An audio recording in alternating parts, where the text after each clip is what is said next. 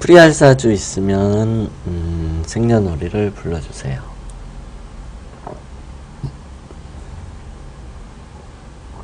아니면 사주에 대한 뭐 다른 궁금한 거 질문하셔도 되고요. 뭐든 질문하셔도 돼요.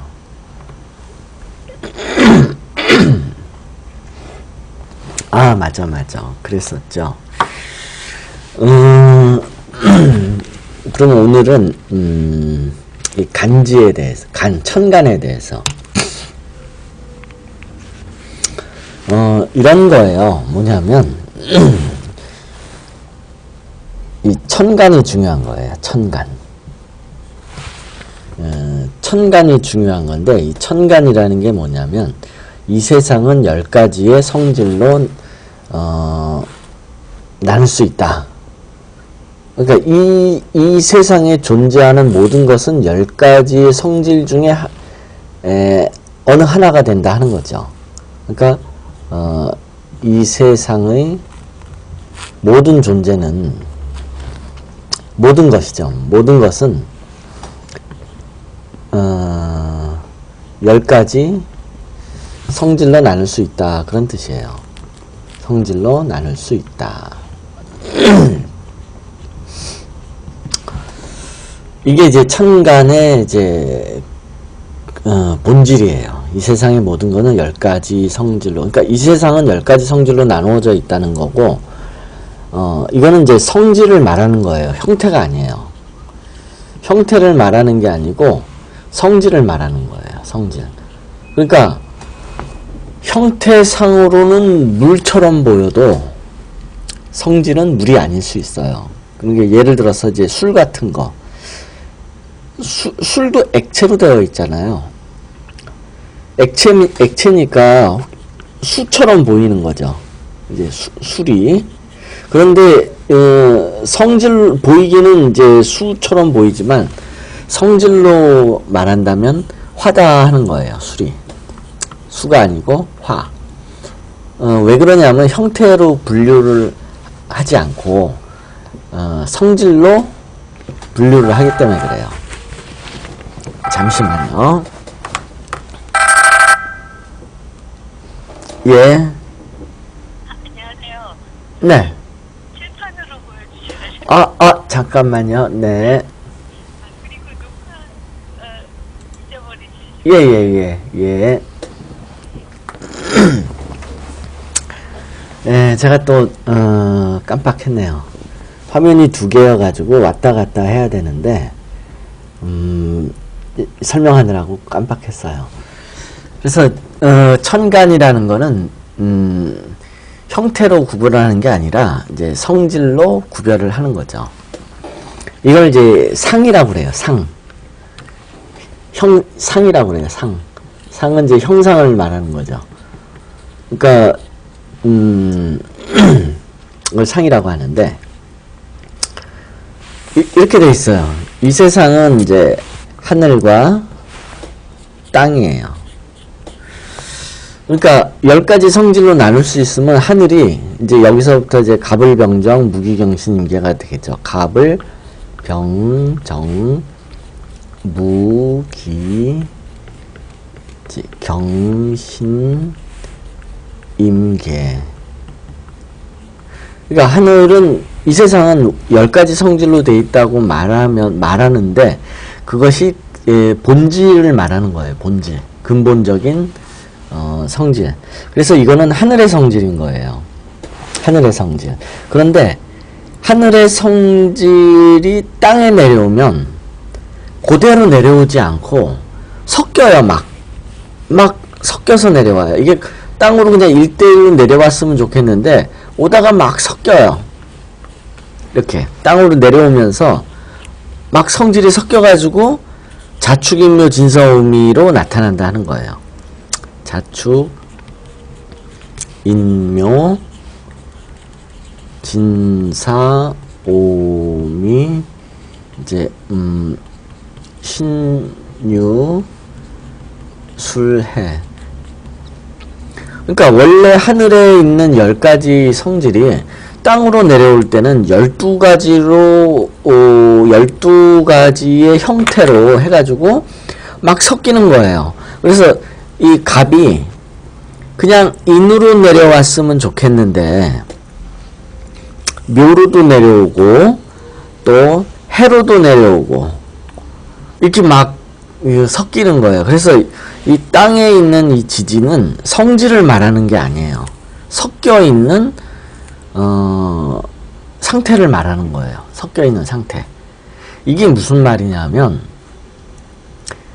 하늘에는 순수한 기운이 존재하는데, 그러니까 원래 우주에는 10개의 순수한 기운이 존재하는데 땅에 있는 현실, 요건 이제 이상을 말하는 거죠. 하늘은 이상, 그리고 땅은 현실.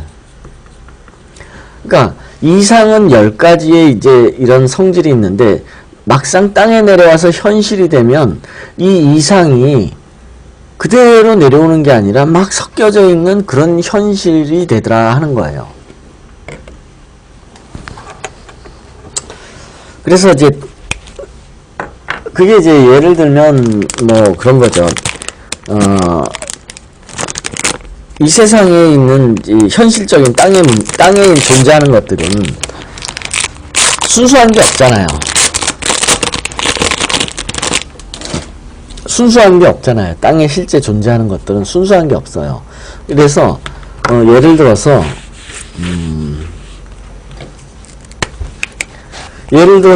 하늘에 있는 목기운이 이거 뭐야?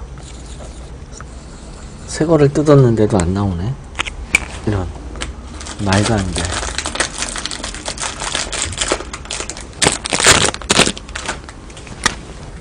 네.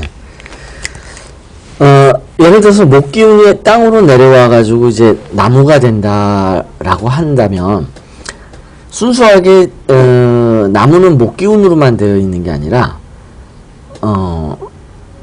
뭐 여러 가지가 있잖아요. 나무에는 물도 섞여 있고 수분도 있고 또 자연의 여러 가지 성질들이 섞여 있잖아요. 이런 식으로 원래는 순수한 것으로 말한다면 이 우주는 10가지의 성질이 있는데 이게 현실에서는 여러 가지 막 복합적으로 섞여 있다. 이제 그런 뜻인데 그 말은 뭐냐 하면 땅의 일은 그만큼 복잡하다 그런 뜻이에요.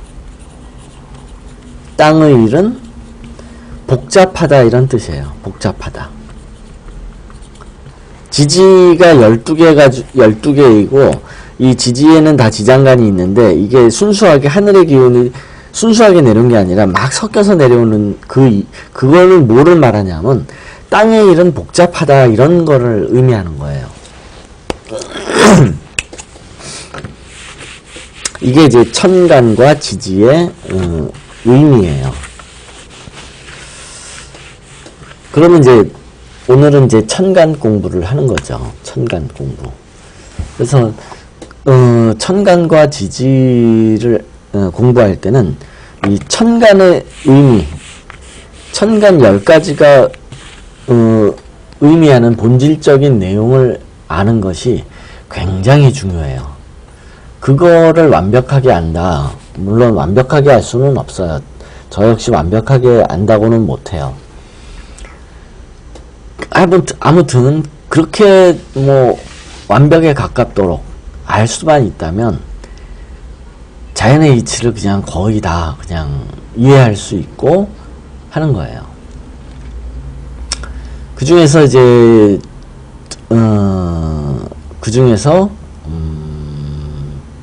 오늘은 그 중에서 이제 중요한 거, 중요하다기보단 이런 거죠. 이제 토가 있고 목, 화, 금, 수 이렇게 이제 오행이 배치가 되는데 이제 이 오행의 배치가 이렇게 되는 이 원리가 있어요. 이유가 있어요. 이 토가 우주의 주인이에요. 주인. 중심이라고 말할 수는 없어요. 중심은 아니에요. 중심은 아니고 토는 주인이에요. 우주의 주인. 그래서 이 토가 하는 일은 뭐냐면 목, 화, 금, 수를 관리하는 거예요. 관리. 근데 어떤 식으로 관리를 하냐면, 목의 기운이, 예를 들어서 이 목의 기운을 금한테 주고 싶다 그러면 목이 금한테 이렇게 직접 기운이 날아가는 게 아니고, 이게 아니고 다 토를 거쳐요. 그러니까 목의 기운이 토를 거쳐서 토가 금한테 주는 거예요.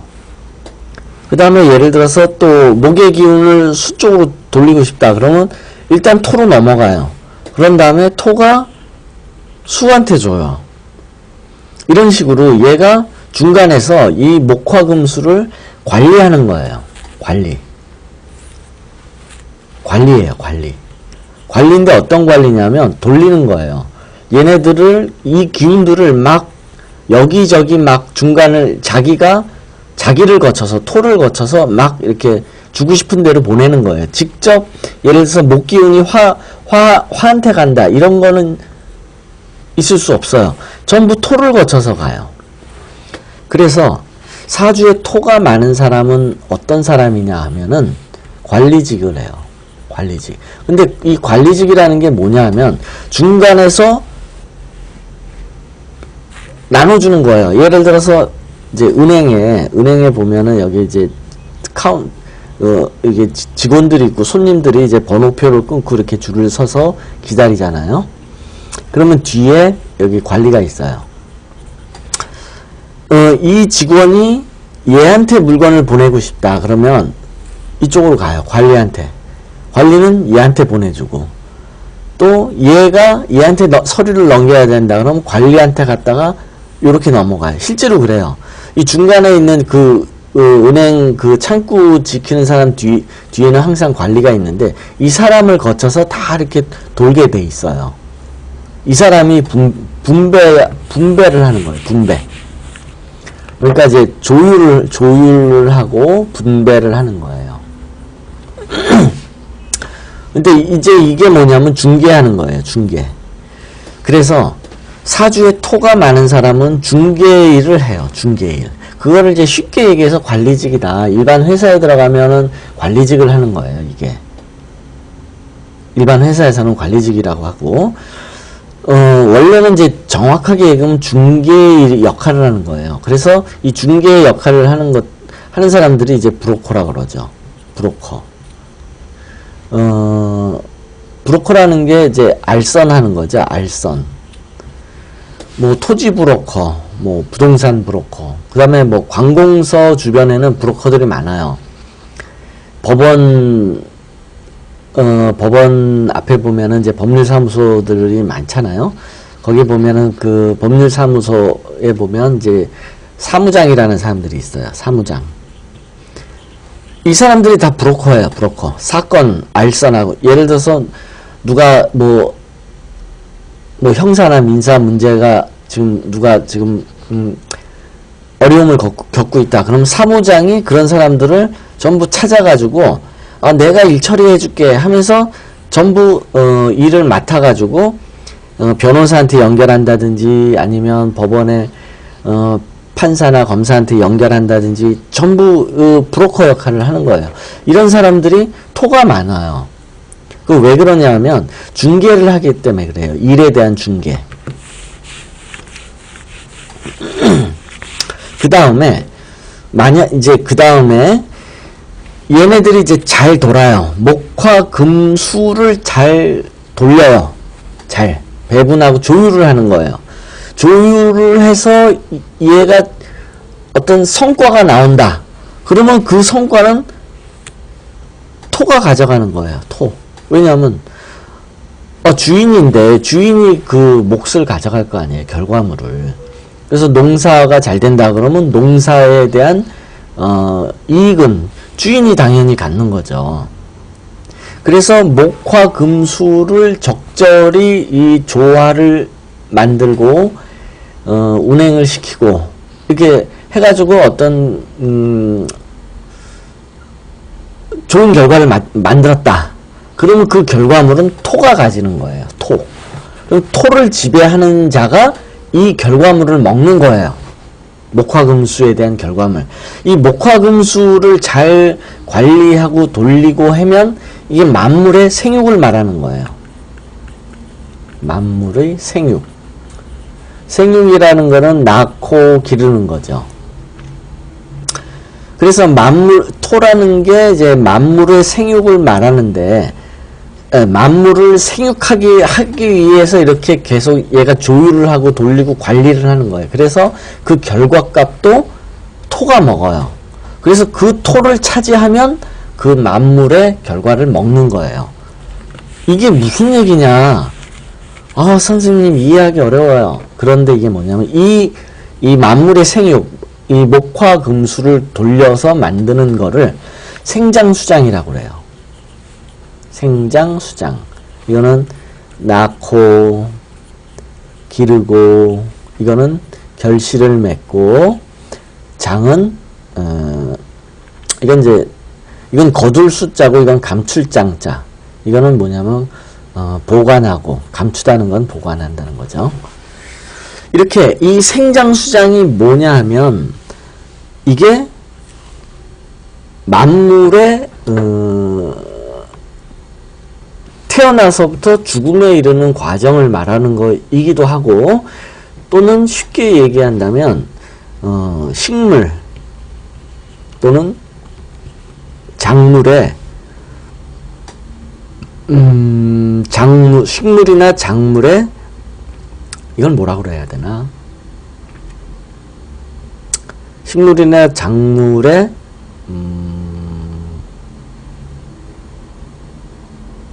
적절한 용어가 잘 생각이 안 나네요.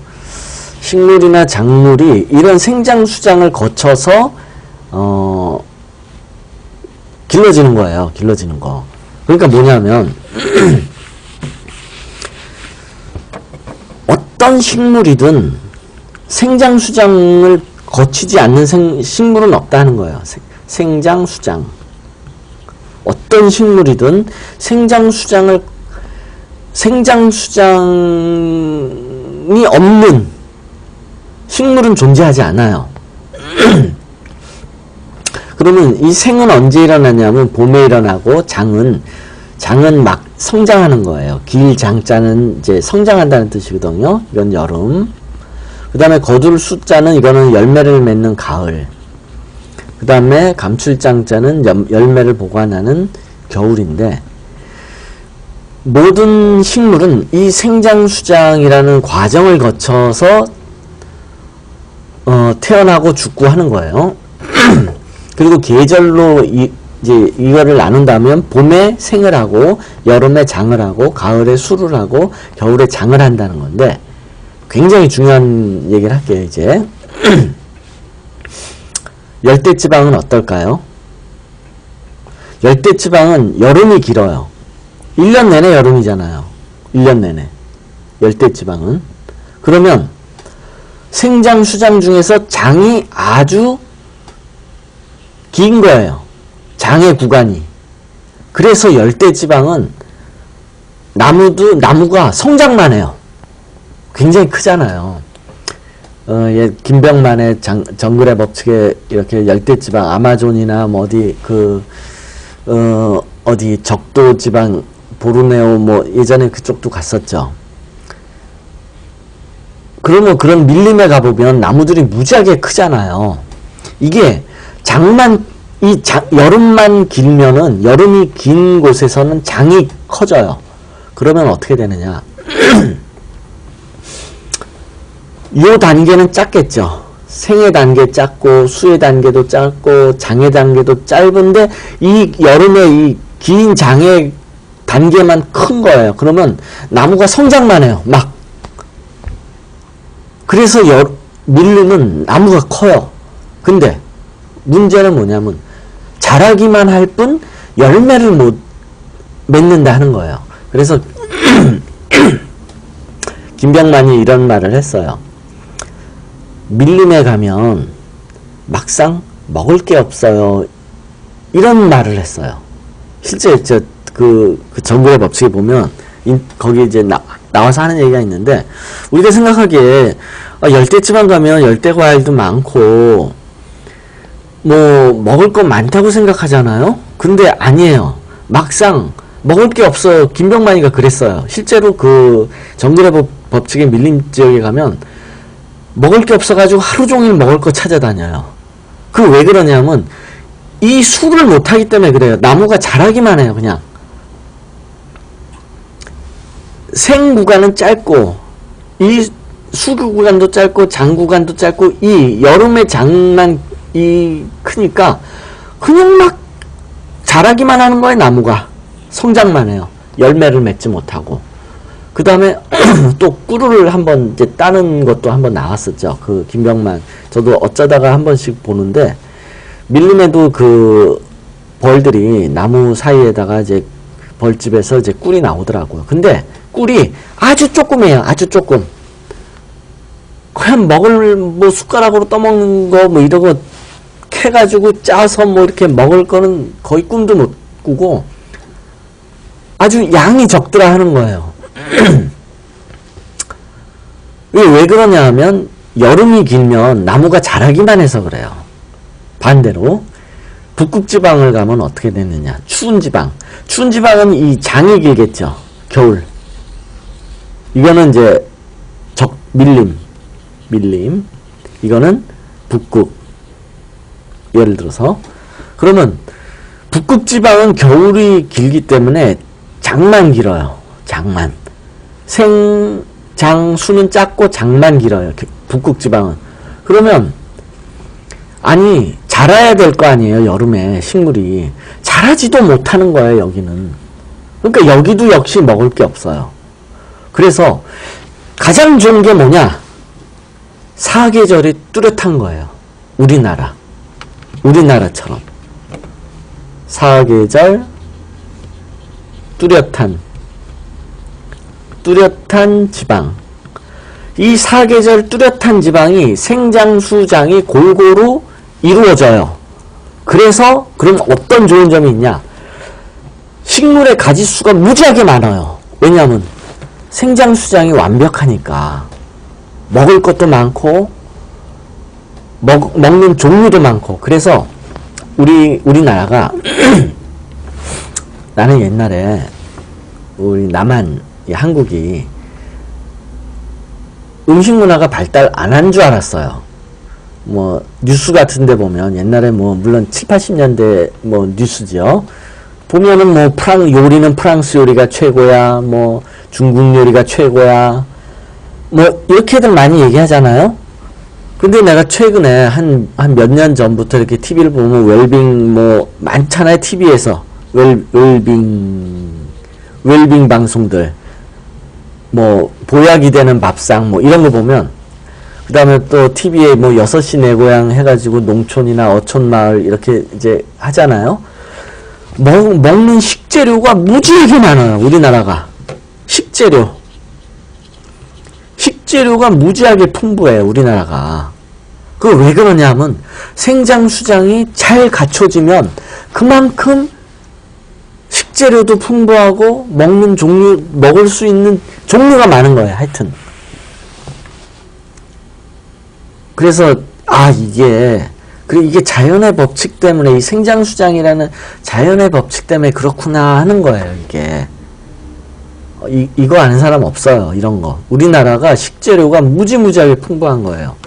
열대지방이 오히려 먹을 수 있는 게 많지 않아요. 열매도 별로 없고, 그리고 열매가 단단하지가 않아요.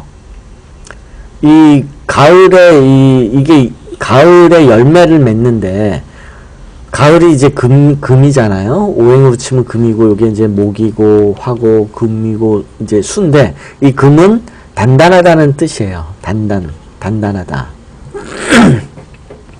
가을이 되면, 그래서 열매들은 다 단단해요. 원래.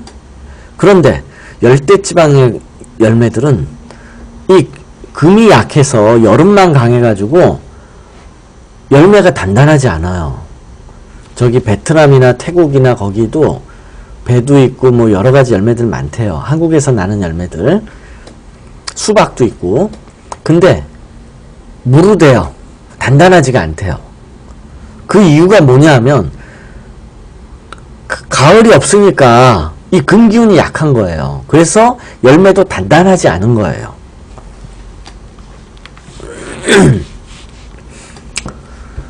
그러니까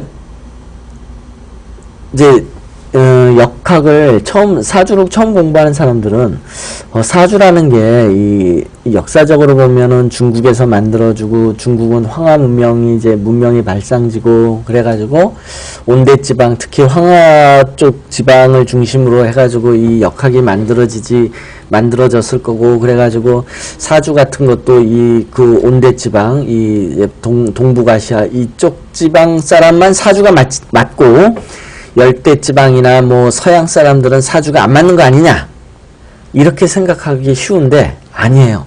이거는 진리예요. 진리. 우주의 진리예요. 그래서 근데 요즘 이러죠. 비닐하우스 만들잖아요. 농촌에서. 농촌에 가면 비닐하우스잖아요. 비닐하우스. 이 겨울에도 농사를 져요. 비닐하우스는 이제 겨울에 하는 농사죠. 근데 역학을 처음 공부하는 사람들은 원래 겨울에는 농한기고 그냥 추워서 음식 저장해 놓은 거 그냥 까먹으면서 추운 겨울을 보내서 봄까지 그냥 기다리는 거 아니에요? 이렇게 생각하기 쉬워요. 근데 그런 겨울에 시골에 가보면 비닐하우스에서 농사 짓는 거 보면 이거 역학하고는 이건 안 맞는 거 아니냐라고 생각하기 쉬워요. 근데 그게 아니에요. 이거는 식물에 대한, 원래는 동물이든 만물이 다 이 생장수장이라는 걸 단계를 거치는 거예요. 모든 만물은. 근데 이제 식물이 그게 이제 우리가 쉽게 파악할 수 있다는 거고요. 이 생장수장은, 그러니까 식물은 생장수장만 갖춰주면은 되는 거예요. 그러니까 겨울에도 따뜻하게만 해주면, 이 여름처럼, 그럼 자라요. 겨울에도. 그러면 그러면 추운 거는 뭐예요? 추운 거는요, 날씨예요. 날씨. 우리가 여름에도 추울 수 있어요. 날씨하고 기후하고 정확하게 하셔야 돼요. 기후는 정해져 있어요. 기후는 이거는 고정불변. 기후는 정해져 있어요. 이거는 24절기라는 게 있잖아요. 그래서 입춘부터 해가지고 입춘부터 해서 뭐로 끝나더라? 잠깐만요. 네, 소환으로 끝나죠. 입춘부터 소환으로 해서 끝나는 이 기후는 그걸 절기라고 하는데, 이거는 이미 정해져 있어요. 이거는 태양에 의해서 결정이 돼요. 이 절기에 의해서 이런 계절이 나타나는 거고요. 그런데 어떤 해는 여름에 서늘할 수도 있어요. 겨울에 따뜻할 수도 있고. 선생님, 그건 뭐예요, 그러면? 그건 날씨예요. 기후가 아니고. 우리가 실제로 체감하는 거는 날씨라는 거예요. 체감하는 거는 기후가 아니고. 그럼 이 날씨는 뭐냐? 얘는 바뀌어요. 뭐 때문에 바뀔까요? 굉장히 어려운 문제죠. 날씨를 좌지우지하는 게 뭐냐? 바람이에요. 바람. 여름에도 찬바람이 불면 날씨는 서늘해요. 겨울에도 따뜻한 바람이 불면 날씨는 따뜻해요. 이거는 얼마든지 바뀔 수 있는 거예요. 날씨는 바람에 의해서. 그런데 이 기후는 이미 정해진 거고, 그래서 겨울이 따뜻하다 해가지고 또는 여름이 시원하다 해가지고 뭐 기후가 미쳤나? 이거 아니에요. 기후는 안 미치고 바람이 불어가지고 날씨가 미친 거예요. 이거는. 그리고 이 날씨가 생장수장에 영향을 미쳐요. 기후가 미치는 게 아니고. 그러니까 겨울이라도 비닐하우스 쳐가지고 따뜻하게만 해주면 작물은 자라는 거예요. 생장수장을 어떻게 하든 생장수장만 맞춰주면 되니까, 기후와 관계없이 이미 생물의 탄생으로부터 죽음에 이르는 과정, 이거만 맞춰주면 되는 거예요. 기후와는 관계없이. 그래서 만약에 인류가 화성에다가, 아니 화성까지도 필요 없고 달에다가 인류가 달에 정착을 해가지고 작물을 재배해야 되겠다. 근데 달에는 기후가 없잖아요. 봄, 여름, 가을, 겨울 같은 거 없잖아요. 그러면 온실을 만들어가지고 이 기후를 만들어줘요. 봄 기후, 여름 기후, 가을 기후, 겨울 기후, 바람으로 기온을, 온도를 조절하고 햇빛의 양만 조절해준다면 식물은 생장 수장만 갖춰주면 그냥 자라는 거예요. 무조건. 이게 이제 이해가 되시겠죠? 이거 굉장히 어려운 문제예요. 이런 거를 알아야 이제 자연의 이치를 아는 거예요.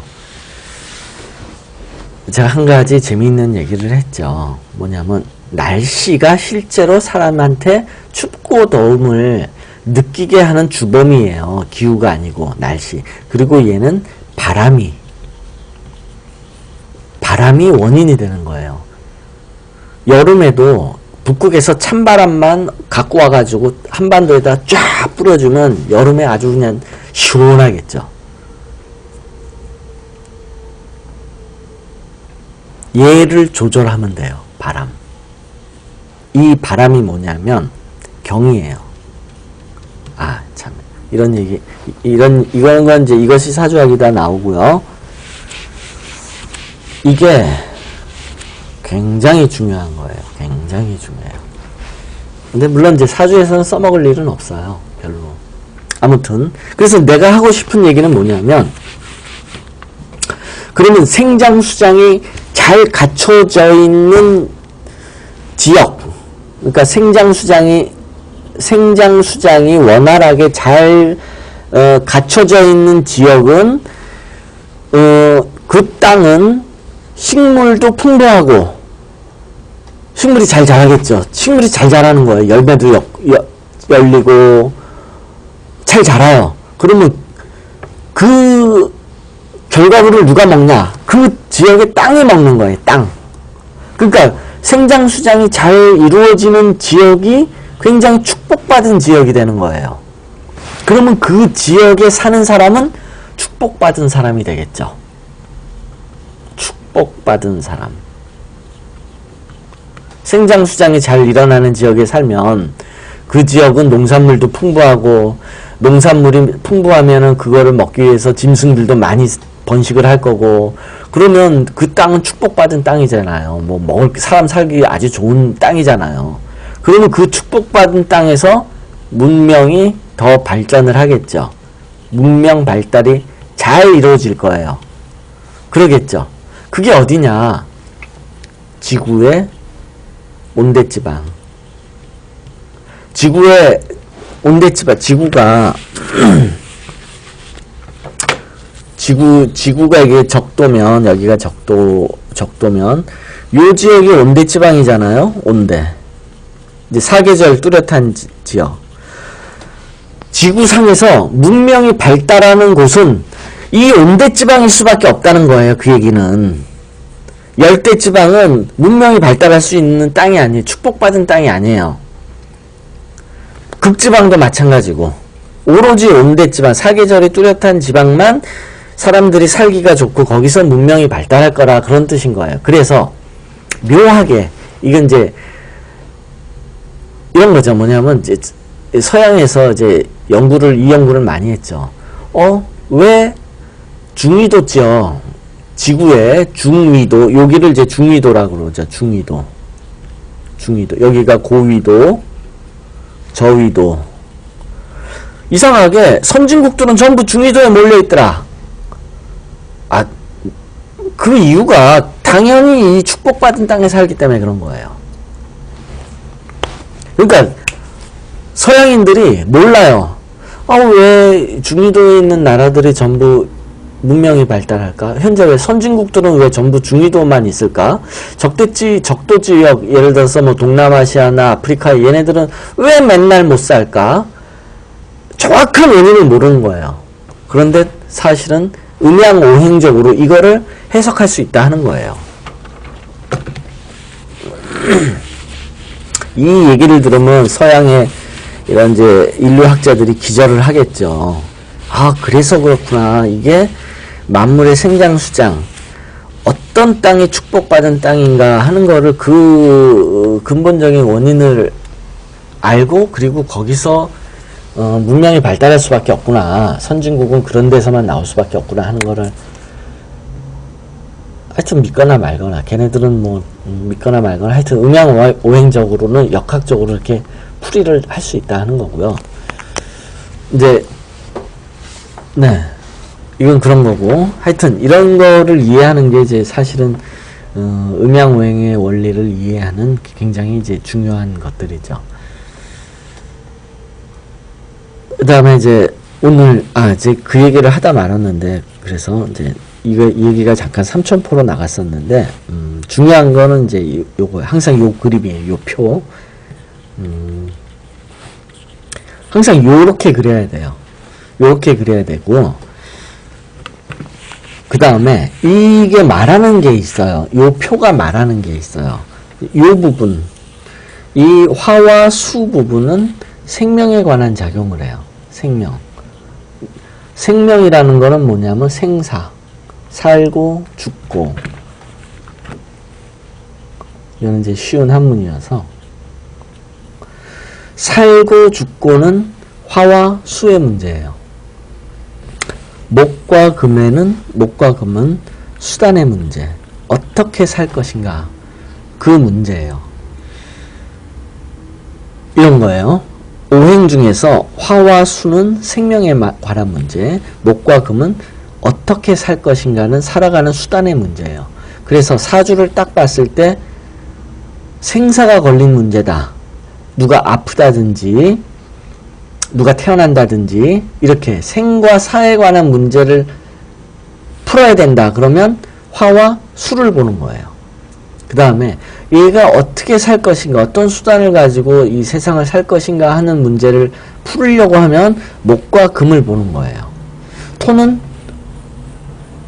별 의미가 없어요, 그 문제에 관해서는. 그런데 이제 생명에 관한 이야기를 하려고 하는 거예요. 그러면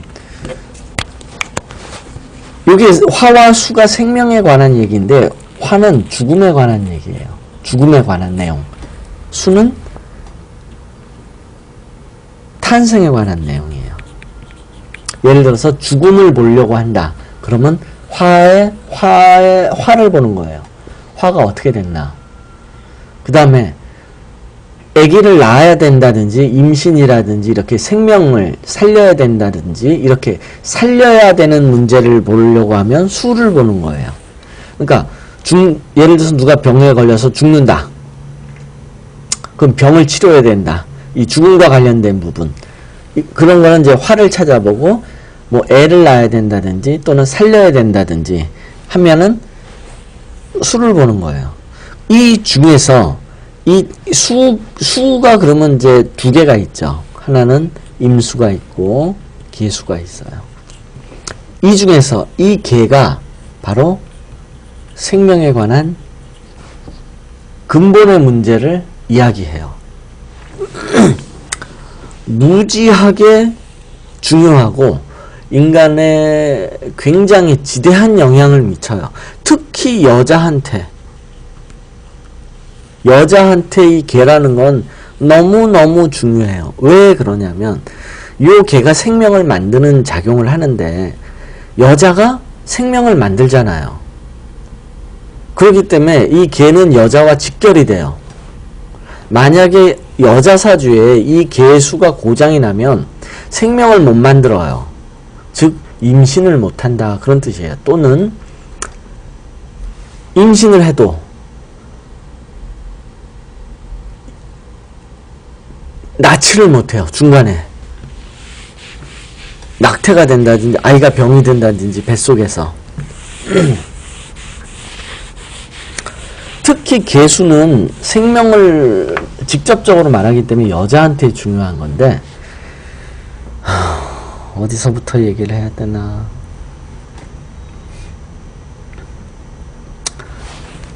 네, 사람한테는 정기신이라는 게 있어요.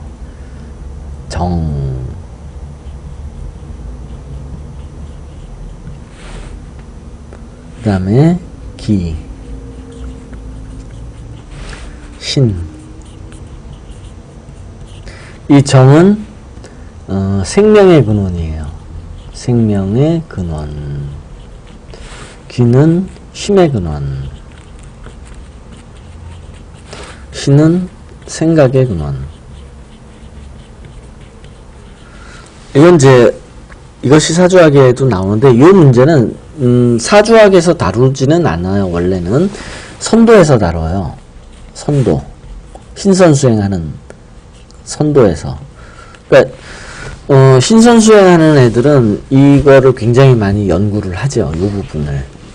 그런데 이게 이제 역학에서는 요게 이제 계수가 돼요. 계는 생명을 만드는 거니까. 그리고 힘은 이거는 경금이에요. 그 다음에 이제 생각하는 이거는 정. 그래서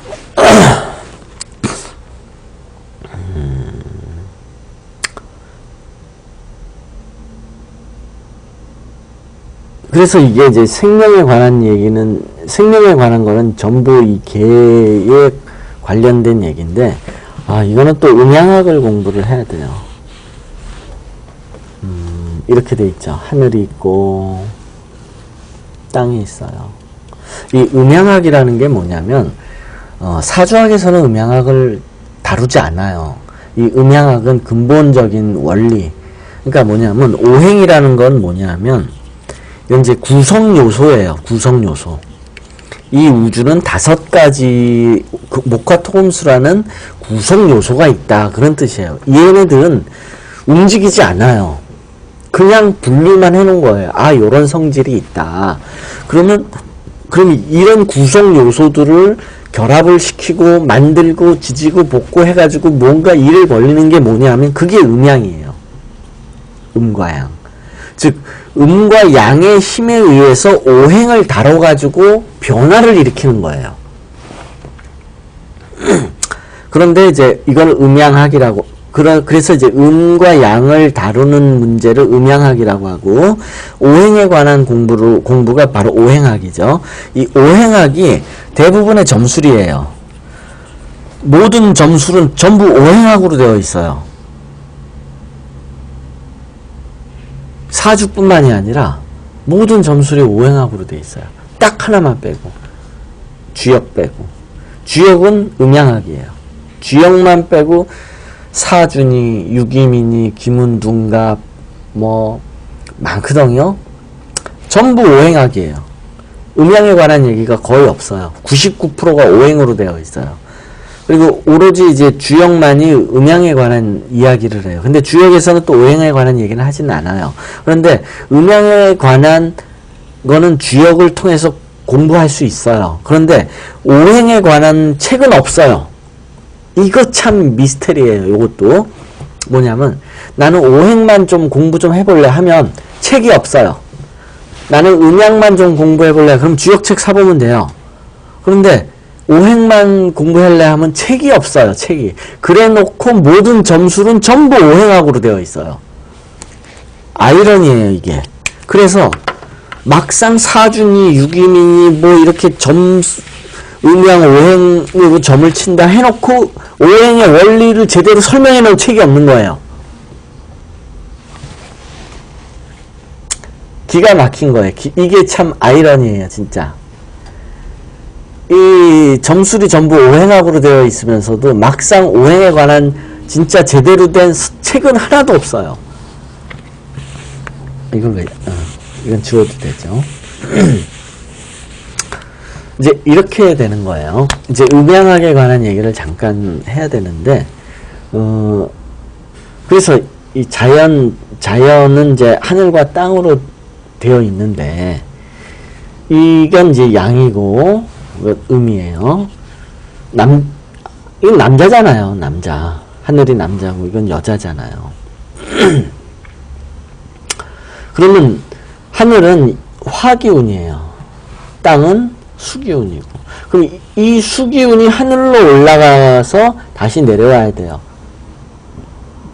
그런데, 그래야 되는 거예요. 이게 이제 음양학, 남녀의 법칙인데, 화는 올라가려고만 하고 수는 내려가려고만 하고 이러면 음양이 만날 수가 없어요. 그래서 음양을 만나게 하기 위해서 땅을 양의 기운으로 채워요. 그래서 막 땅은 더워요. 여름에 더우면 피서가잖아요. 산으로 계곡으로. 그런데 산 밑에 있으면 오히려 더 더워요. 산 꼭대기로 올라갈수록 시원하고 거꾸로 돼 있어요. 거꾸로. 그래서 하늘은 찬 기운으로 되어 있어요. 실제로는 상징적으로 원래는 이렇게 되어 있어야 되는데 실제로 하늘은 수기운으로 채워져 있어요. 땅은 수기운이어야 되는데 사실은 화기운으로 채워져 있어요.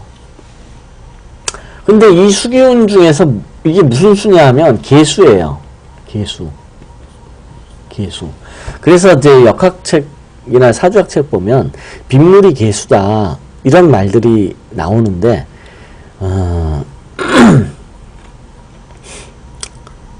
빗물이 계수인 거는 맞죠. 맞기는 맞는데 정확한 원리를 알아가지고 그렇게 얘기하는 건 아니에요.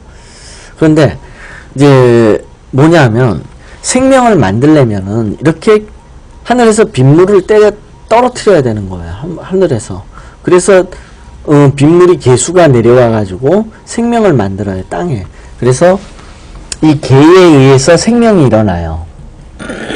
개가 그래서 생명을 키워요. 그런데 생명을 땅에 이 개수가 떨어져 가지고 이제 비가 와서 여름에 비가 와서 작물이 그 빗물을 먹고 이제 자라잖아요. 이럴 때 성장을 하려면 이게 생명이 싹이 트려면 햇빛이 필요해요. 햇볕. 화기운이 필요해요. 화기운. 그래서 사주에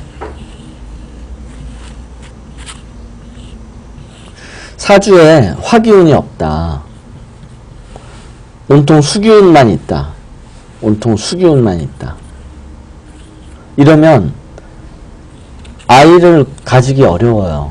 왜 그러냐면 얘가 남자잖아요. 이건 여자고. 여자가 생명을 만들어요. 생명을 만들 때 햇빛을 쬐줘야 돼요. 씨앗, 예를 들어서 콩이든 뭐든 그 씨앗을 땅에 심는다고 다 싹이 트는 거 아니에요. 예를 들어서 겨울에 씨앗을 땅속에 심어봐요. 싹이 안 터요. 왜 안 트냐면 차가워서 그래. 추워서 싹이 안 터요. 그래서 생명을 싹이 트게 하려면 따뜻해야 돼요. 따뜻해. 즉 열이 있어야 돼요. 그래서 사주에 화기운이 없고 수기운만 있으면 남자든 여자든 아이를 가지기 어려워요. 그러니까 생명을 만들기 어려워요. 화기운이 없어서. 그러면 언제 자식이 나오느냐 하면 운에서 화기운이 들어올 때 또는 대운에서 화기운이 들어올 때 요때 자식이 싹을 틔울 수 있으니까 임신이 돼요. 반대로 사주에 화기운만 있다. 수기운은 없고 화기운만 있다. 이래도 아이 못 가져요. 아이 가지기 어려워요. 왜냐하면 메마른 땅 사막의 모래밭에서 씨앗 심어도 싹이 안 터요. 왜냐하면 수분이 없어서. 물은 생명이에요. 생명. 모든 생명체들은 물을 가지고 있어요. 물. 그래서 우주 과학자들이 지구 말고 다른 별도 혹시 생명체가 있나 이거를 알기 위한 첫 번째 조건이 물이 있나를 따져보는 거예요. 사막에서는 물이 없어가지고 생명이 싹이 트지 않아요. 그래서 사주에 화기운만 있고 수기운이 없다. 이래도 아이를 가지기 어려워요. 이럴 때는 대운에서 수기운이 오거나 해운에서 수기운이 올 때 아이를 가질 수 있어요. 그런데 이거는 또 남자 여자를 말하는 거예요. 이건 여자, 이건 남자. 만약에 사주에서 화기운이 없고 수기운만 있다 이러면 만약에 이런 부부가 아이를 못 낳는다 그러면 누구 잘못이냐? 남자 잘못이에요. 왜냐하면 남자가 여자한테 화기운을 주지 못해가지고 싹을 못 틔우기 때문에 그래요. 반대로 사주에서 수기운이 없어가지고 아이를 못 낳는다, 아이가 안 생긴다 그러면 그건 여자 잘못이에요. 여자한테 문제가 있는 거예요. 그래서 이 불임 부부들 보면 여자든 남자든 또는 이제 어느 한쪽이든 또는 양쪽이든 문제가 있겠죠. 그래서 병원에 딱 찾아가잖아요. 근데 병원에서는 다 이상이 없대. 여러 가지 뭐 검사하겠죠. 이상이 없대. 근데 애가 안 생겨. 근데 부부의 사주를 딱 놓고 보면 어디가 잘못됐는지 나와요. 남자 사주에 화가 없다. 남자 사주. 이건 남편 잘못이에요. 남편의 정자에 문제가 있는 거예요. 이거는. 또 여자 사주에 수기운이 없다. 그러면 이거는 자궁 쪽에 문제가 있는 거예요.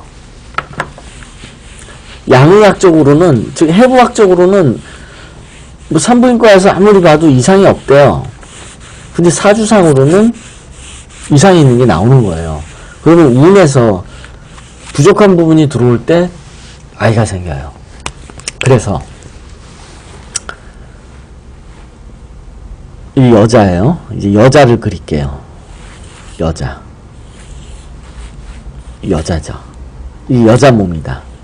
그러면 이 개수가 이제 생명을 말한다고 그랬죠. 생명. 이 생명을 만드는 작용이 여자 몸에서 어디냐? 여기죠. 자궁. 넓게 보면 생식기 전체. 이 부분이 개에 해당해요.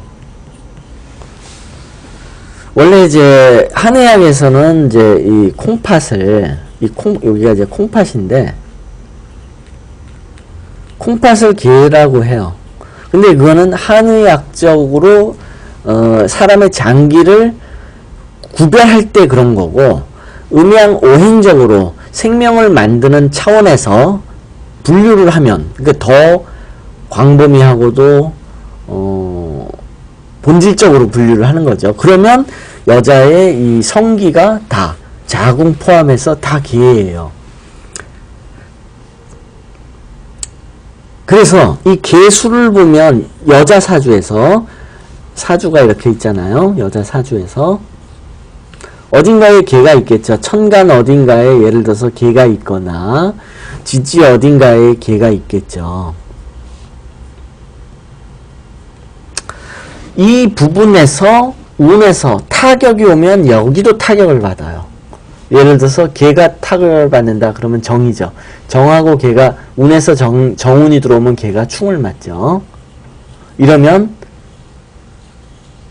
생식기 부분, 그러니까 부위로 따지면 생식기 부분이라고 볼 수 있고 생물학적으로 따진다면 생명을 만드는 기관이나 작용을 하는 모든 부분, 이 부분에 뭔가가 생겨요. 그래서 이거 가지고 알 수 있는 게 뭐냐면 여자 아이들이 초경을 하잖아요. 빠른 애들은 초등학교 뭐 5학년, 뭐 늦어도 뭐 중학교 뭐 한 3학년 이때 이제 초경을 하잖아요. 요럴 때 초경해요. 이게 운에 걸릴 때 초경 언제 하는 줄 알 수 있어요. 이거 보면 사주 보면. 또는 지장간에 예를 들어서 자가 있어도 개고 또 축이 있어도 개가 오죠. 요럴 때 여기가 충을 맞으면 요럴 때 초경을 해요. 애들 언제 초경하는지 알 수 있어요. 운에서 얘를 건드리면 실제로 이런 작용이 일어나는 거예요. 이런 작용. 그런데 초경이 아닌 경우 이미 생리는 하고 있고 예를 들어서 여자 몸 중에 예를 들어서 뭐 한 고등학교 때 뭐 이미 생리를 하고 있었죠. 이럴 때 운에서 충을 맞는다. 굉장히 안 좋은 거예요. 이러면은 아이 낳는 부분에서 나중에 문제가 일어나요. 그 당시에는 잘 모를 수 있어요. 그 당시에.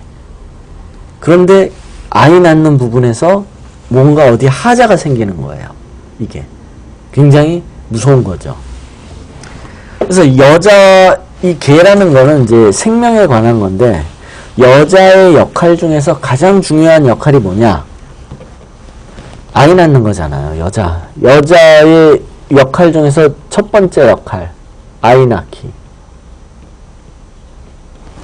여자만이 아이를 낳을 수 있잖아요. 그리고 종족 보존을 여자만이 할 수 있잖아요. 그러니까 여자의 첫 번째 임무가 아이 낳기예요. 여자. 본질적으로. 여자의 첫 번째 역할, 아이 낳기. 그래서 이 개가 아이를 낳는 굉장히 직접적인 관련이 있기 때문에 이 부분이 닫히면 문제가 다방면으로 아이 낳는 거와 관련한 모든 부분에서 문제가 일어나요. 예를 들어서 자궁 쪽에서 문제가 일어날 수도 있고, 근데 이 자궁에 관한 문제들이 굉장히 많잖아요. 질병으로서. 또 난소 쪽에서 문제가 일어날 수도 있고, 또 직접적으로 성기 쪽에서도 문제가 일어날 수 있고, 그러니까 아이 낳는 것과 관련한 모든 부분, 생식기관, 그 크게 통틀어서 생식기관이 되겠죠. 아이 낳기 위한 기관. 이 부분의 문제는 전부 얘에 관련된 부분이에요. 운에서 얘를 건드렸다 그러면 딱 요 부위가 아니어도 아이 낳는 것과 관련한 어떤 부분이 장애가 일어나요. 그게 자궁일 수도 있고, 난소일 수도 있고, 아니면 직접적으로 성기일 수도 있고, 아주 다양하게 일어나요. 다양하게. 그리고 이 부분이 타격을 받으면, 운에서 충을 맞거나 형을 맞으면, 타격이라는 게 충이나 형이죠. 운에서. 이런 부분을 맞으면은 나중에 이제 아이 낳은 다음에도 그러니까 여자는 아이를 낳으면은, 이 얘기를 또 해야 되나요? 정에 관한 얘기를 할게요.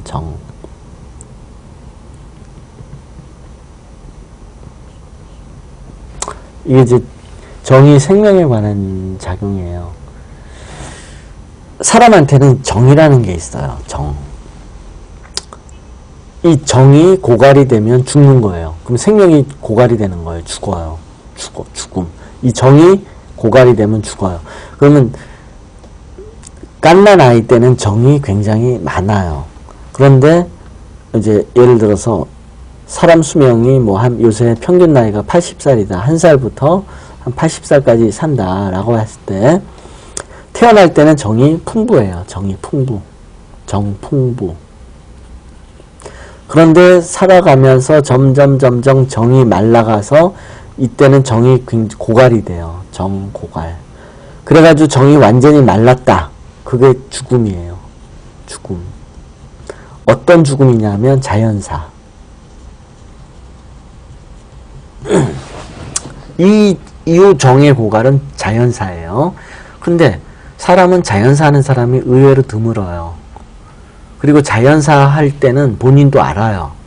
왜냐, 어떤 식으로 하냐면 몸의 기운이 서서히 빠져나가요. 기운이 하나도 없이 그냥 힘이 하나도 없는 거예요. 그래서 이건 내가 죽으려고 그러나?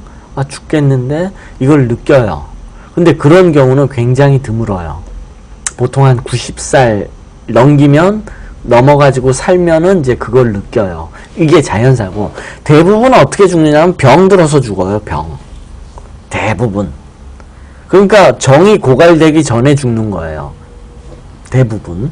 그런데 이제 이런 정의 고갈에 의한 자연사는 보통 이제 요즘으로 말하면 90 넘겨가지고 노환으로 죽을 때, 이 정도 되면 이제 본인이 알아요. 근데 이 정은, 이게 개수라고 그랬잖아요.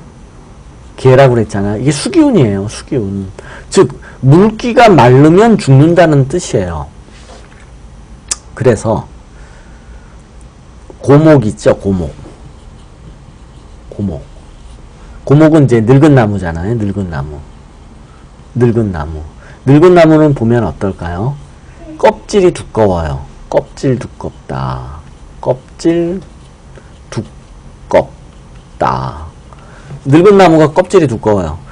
노인도 늙으면 피부가 두꺼워져요. 나무와 같아요. 그러면서 수분이 점점 말라가는 거예요. 그러면서 정이 고갈되고 최종적으로 정이 완전히 고갈되면 이제 자연사를 하는 거예요.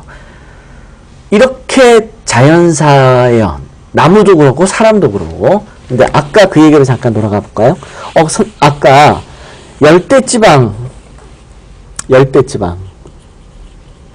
열대지방은 생장수장 중에서 봄, 여름, 가을, 겨울 이래서 요 계절의 변화가 하나의 시작부터 죽음에 이르기까지의 과정인데, 열대지방은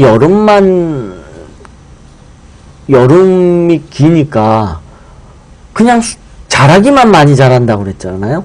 그럼 열매를 맺고 죽어야 되는데 얘네들은 그럼 어떻게 죽냐? 전부 말라서 말라 병들어 마르는 병에 걸려 죽는 거예요. 그러니까 열대지방의 나무들은 자연사하지 않고 전부 병들어 죽는다는 뜻이에요.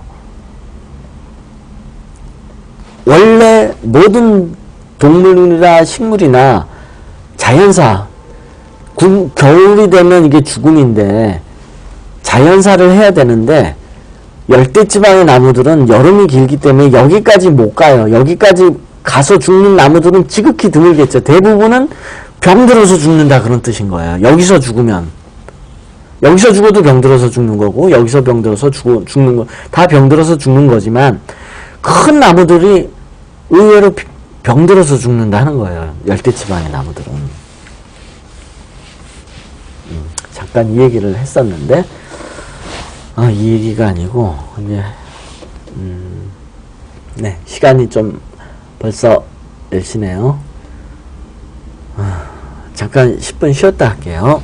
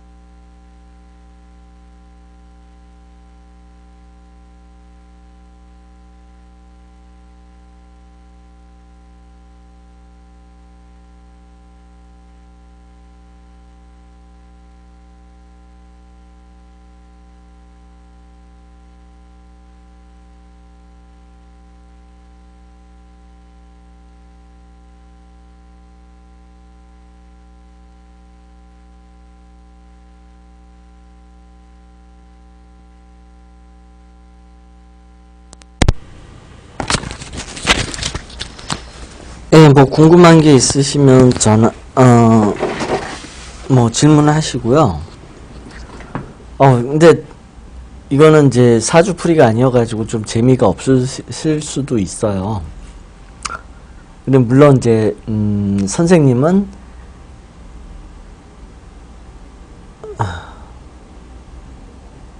네, 그러니까 선생님은 전문적으로 이제 사주풀이보다도 네, 이제 이런 게 이제 근본적인 문제거든요. 이제 이런 거를 잘 알아야 사실은 사주도 잘 풀 수 있고 사람 병도 고칠 수 있어요.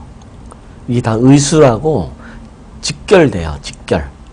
그러니까 동양의학은 음양오행 그 자체예요. 그러니까 사주학하고 이 동양의술이 완전하게 일치해요. 음양오행이라는 학문을 가지고 그대로 만들었어요.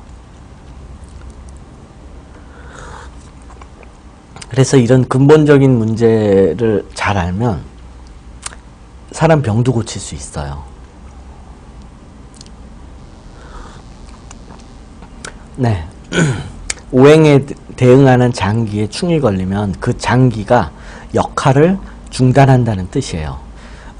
충은 뭐냐면 어떤 역할을 하고 있었어요. 그런데 그 충이라는 운이 와가지고 탁 이제 충운이 일어나면 그 역할을 스톱한다는 거예요. 중단. 충이 제일 무서운 거예요. 더 이상 그 역할을 못한다 하는 거예요. 형은 역할을 하기는 해요. 부서져서 그렇지. 불완전하게 한다는 뜻이에요. 형은. 그 다음에 해는 역할이 분리가 돼요. 또 다른 역할을 한다든지 역할이 두 개로 쪼개진다든지 하는 거는 해예요.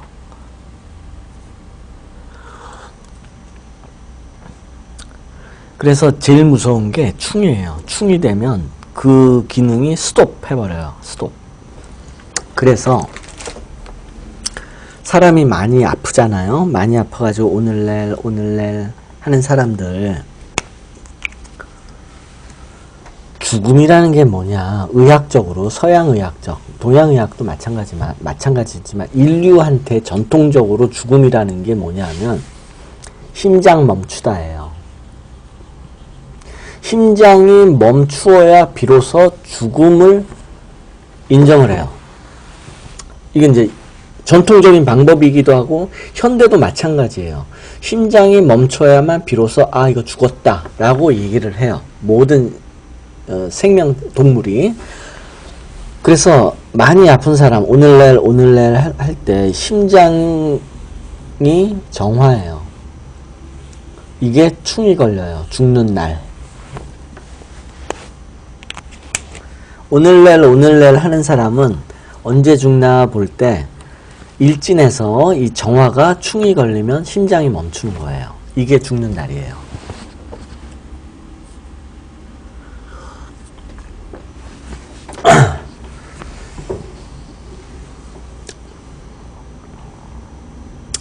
오행이 과하거나 결핍된다고 해서 그 자체가 문제가 있는 건 아니에요. 사주라는 거는 갖춰졌나 못 갖춰졌나를 보기도 하지만 근본적으로는 역할을 보는 거예요. 역할. 그래서 예를 들어서 사주에 이렇게 사주가 있으면 정이라는 글자가 없다. 사주에 정이라는 글자가 없다. 그렇다고 해서 심장이 없느냐? 심장 없는 사람 없잖아요. 그리고 예를 들어서 정화가 육친으로 정인이다. 정인은 이제 엄마를 의미하는데 세상에 엄마 없는 사람 없잖아요. 그러니까 사주에 없다고 그래가지고 진짜로 없는 게 아니에요. 단지 안 보일 뿐이에요. 이거 역술인들 잘 몰라요. 이런 거. 이거 그러니까 굉장히 깊이 공부를 해야 되고 이 본질적으로 세상을 본질적으로 이해를 해야 돼요. 이런 거를 이제 제대로 하려면. 그래서 사주에 없는 거는 안 보일 뿐이에요. 이런 거죠. 사주에 정관이 없어요. 육친으로. 그런데 정관은 남편인데, 그럼 남편 없냐? 근데 결혼했거든요, 여자가? 근데 남편이 있는데 사주에 정관이 안 보인다고 그래서, 이 사주 남편 없네, 시집 못 가겠어. 완전히 틀리는 거죠. 안 보일 뿐이에요, 안 보일 뿐. 사주에서. 안 보인다고 없는 게 아니고, 이 사람 인생에서 안 보인다는 거예요. 그러니까 뭐냐면, 문제가 없는 거예요. 그러니까, 신경 안 쓰는 거예요, 신경 안 쓰는 거. 이 사람 인생에서 걸리적거리지 않는다는 뜻이에요. 안 보이면. 신경 안 쓰고 산다, 그런 뜻이에요. 그래서 사주에 정관이 없는 여자는 남편이 있어도 없는 것처럼 살아요. 밖에 나가면 처녀 행세한다든지, 집에 남편이 있어도 자기 볼일 보기 바쁘다든지, 이렇게 남편한테 신경 안 쓰는 여자예요. 남편이 없는 게 아니고. 이제 그런 사람을 가지고 뭐 사주에 남편이 안 보인다고 그래가지고 뭐 결혼을 못하느니 뭐 이런 얘기를 하면 안 되죠. 다만 남편을 신경을 안 쓰니까 남편 복은 없겠죠. 남편 복이 있으려면 남편한테 신경 써야 되고, 그래야 남편으로부터 얻는 것도 생기는 거고, 그래야 그게 이제 남편 복이 있는 거죠. 정관이 없으면 남편 복이 없는 거예요. 남편이 없는 게 아니고. 그런데 그 사람 인생에서 그러면 남편의 일이 나타날 때가 있겠죠. 그게 이제 사주에, 그때 이제 예를 들어서 정관이 나타나요. 남편 때문에 예를 들어서 남편이 교통사고가 났다. 어떤 해에. 원래 사주에 정관이 없는데 남편이 교통사고 났다. 그러면 남편 병수 받아야 될 거 아니에요? 그럼 남편한테 신경 쓸 거 아니에요? 그런 해는 사주에 정관이 딱 이렇게 와요. 운에서. 여기 올 수도 있고, 여기 올 수도 있고, 또 삼합으로 올 수도 있고. 그렇게 나타나요. 아주 정확해요. 이거는. 일반 역술인들이 이런 거 몰라요.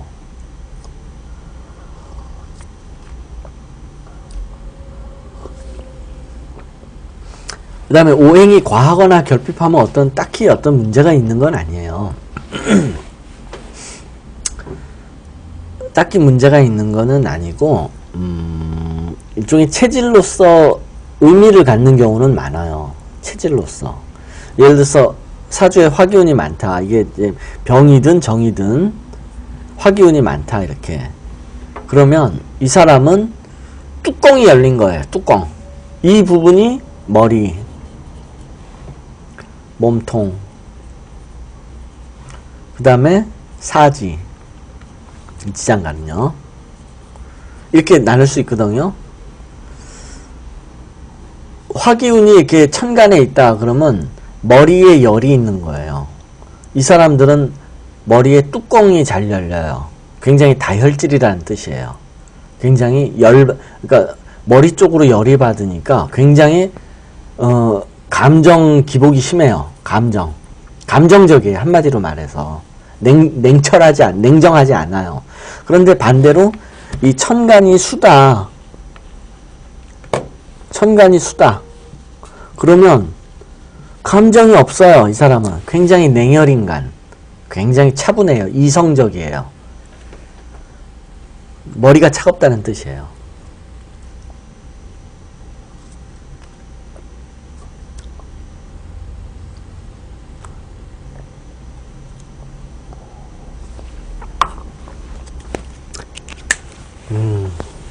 네, 그 다음에 또 계속 할게요. 개수에 대한 얘기를 계속 해야 되는데, 그런데 이 개수라는 게 여자의 생명에 관한 이야기, 생명에 관한 부분, 구체적으로는 생식기를 말하는데, 이 의미 말고 또 있어요. 개가 뭐냐면 이게 또 무서워요. 하늘이고 여기가 땅이고, 여기가 이제 양이고, 양인데 이게 양인데, 하늘은 찬기운이 올라가 있어요. 찬기운. 이제 이게 뭐냐면 사람 머리, 몸통, 사람이 이렇게 앉아 있잖아요. 이게 천간이 머리예요. 이런 구조인데 사람 머리가 차가워야 된다고 그런 말이 있잖아요. 손발은 따뜻하게 하고. 왜 그러냐면 하늘이 차갑기 때문에 그래요. 수기운 차갑기 때문에 머리를 차갑게 해야 돼요. 머리가 뜨거우면 미쳐요. 굉장히. 그래서 감정적인 사람들 있잖아요. 사주에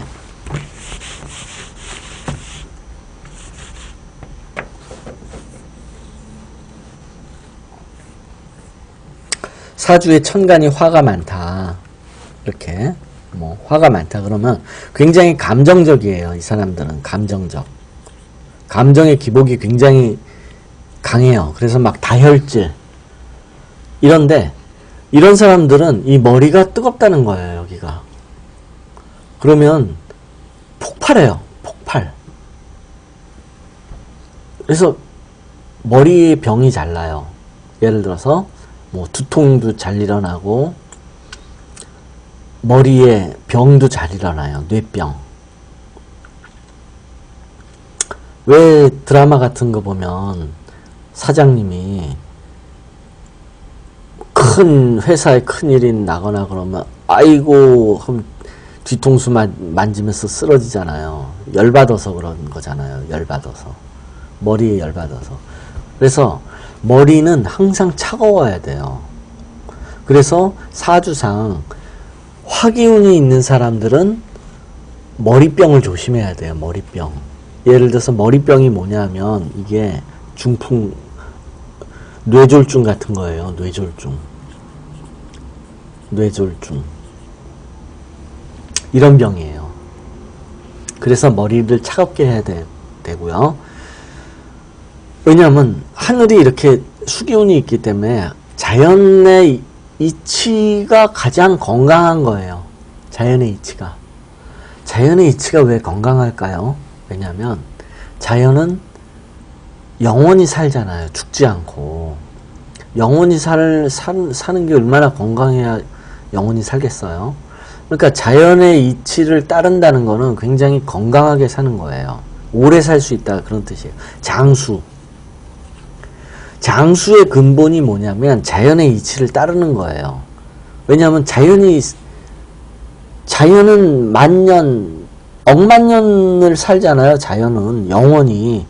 그러니까 인간이 그렇게 오래 살려면, 즉 장수하려면 자연과 같아야 하는 거예요. 모습이, 인간의 모습이. 그래서 자연의 순리를 따르면, 자연의 이치대로 따르면 오래 살아요. 장수하려면 반드시 자연의 이치대로 몸이 움직여져야 돼요. 그런데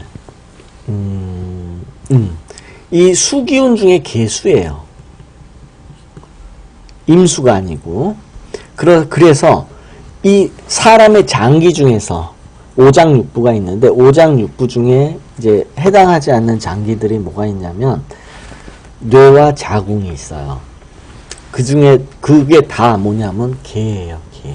이 뇌가 이게 뇌죠. 뇌가 개예요. 개. 아까 개가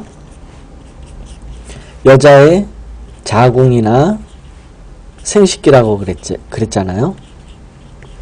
요거는 생명을 만든다는 의미에서 이 개에 해당하고, 이거는 자연의 이치상 뇌가 개라는 뜻이에요.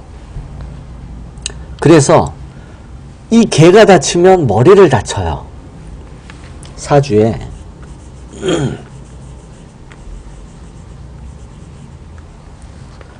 만약에 여기가 개수였다. 그런데 운에서 정운이 와가지고 충을 일으킨 거예요. 정이 와가지고 충을 딱 일으켰다.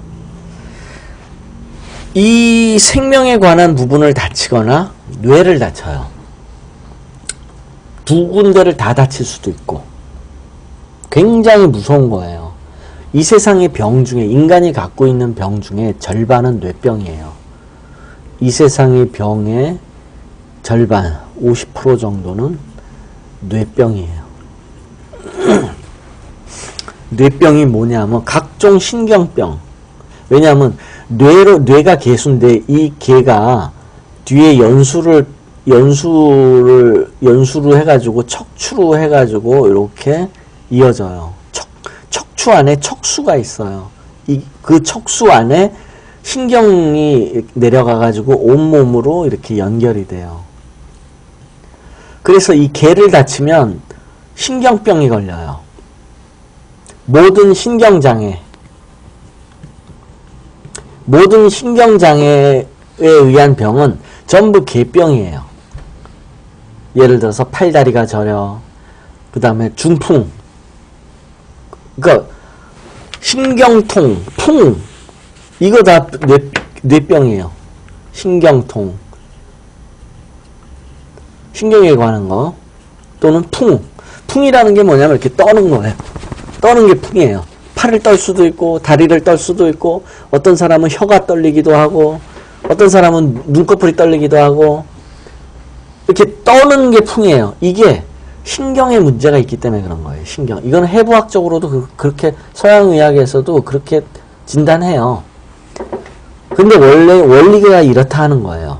뇌로부터 신경이, 인간의 몸을 다스리는 신경이 뇌로부터 이어지기 때문에 그래요. 그래서 이렇게 운에서 개가 있는데 정운이 와가지고 충을 맞았다. 그러면 어딘가 생식기거나 뇌거나 타격이 와요. 이거 무서워요.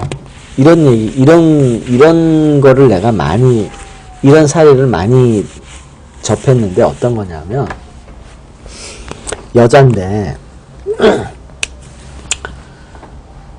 나이가 한 50 정도 됐는데, 쉬운인데, 말을 약간 더듬어요. 따닷, 심한 정도는 아닌데, 따닷, 이래요. 언어에 약간 장애가 있어요. 미세하게. 그래서 취업이 안 돼요. 그런 장애 때문에. 그래서 의심을 하는 거죠. 내가 실제 있었던 사례인데, 생리가 언제 끝났냐고 물어봤어요. 그랬더니 40에 끝났대요. 40에 생리 끝.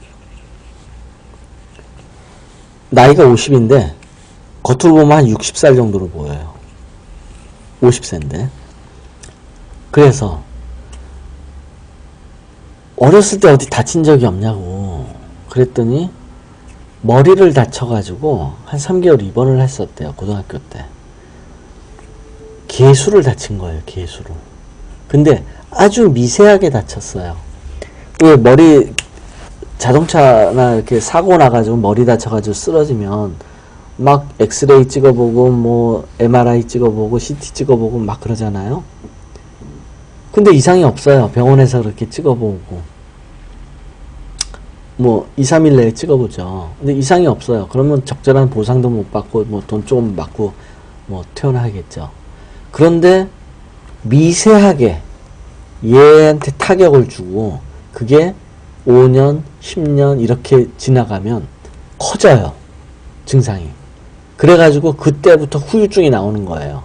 한 5년, 10년 지나니까 막 팔다리가 떨리고, 그 다음에 이 뇌를 다치면, 이 개수가 다치면 어느 쪽에 영향이 오냐면, 이게 아까 그 여자가 어렸을 때 개수를 다쳤기 때문에 이게 이제 뇌를 다쳐가지고 신경장애가 온 건데, 언어장애. 언어장애도 다 이 개병이에요. 여자가 이런 병이 많아요. 그리고 여기를 다치면 치매. 그 다음에 치매가 빨리 와요. 치매. 그 다음에 건망증. 그러니까 치매가 오거나 건망증이 심한 사람은 이 개를 다친 거예요. 운에서 요럴 때 다친 거예요. 근데 이런 여자들 굉장히 많아요. 이렇게 다쳐. 그러니까 이 치매하고 건망증이 여자가 굉장히 심해요. 남자보다. 한 몇 배. 내가 볼 때는 한 3배 정도는 더 많을 것 같아요. 여자 쪽이. 왜 그러냐면, 이거를 많이 다쳐요. 여자들이 뇌를 많이 다치더라고요. 의외로. 근데 이거 말고도 또 있어요. 다치는 게. 아까 이걸 다치면은, 뭐냐면, 개라는 게 생명과 관련된다고 그랬죠. 그리고 이게 이제 정을 의미한다고 그랬죠. 정이 고갈되면 이제 죽는다고 그랬죠. 정이 생명의 근원이에요. 이게 다치면, 그래서 노화가 빨리 돼요. 노화가 빠르다. 54일밖에 안 됐는데 60으로 보이는 거예요. 그 다음에 생명작용의 타격이 왔기 때문에 생리가 빨리 끝나요. 생리 끝나는 걸 뭐라 그러더라? 하여튼 나는 남자여가지고 잘 모르겠는데 생리가 빨리 끝난다. 빨리 끝나다. 생리가 빨리 끝난다는 건 그만큼 임신을 더 이상 못한다는 거 아니에요. 그러니까 생명을 만드는 힘이 빨리 약해지는 거예요. 더 약해지는 거예요. 남들보다. 정상적인 여자보다 생명을 만드는 능력도 확 떨어지는 거예요. 그래서 생리가 빨리 끝나요. 이 개를 다치면. 무서운 거예요. 그 다음에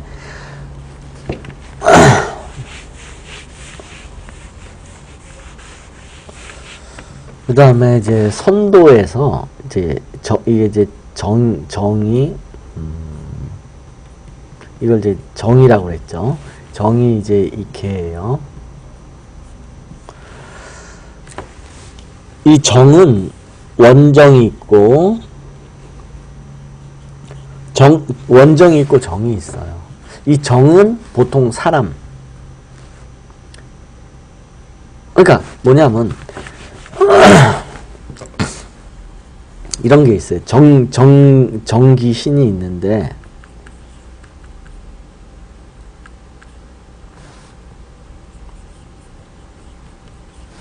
원정, 원기, 원신이라는 게 있어요.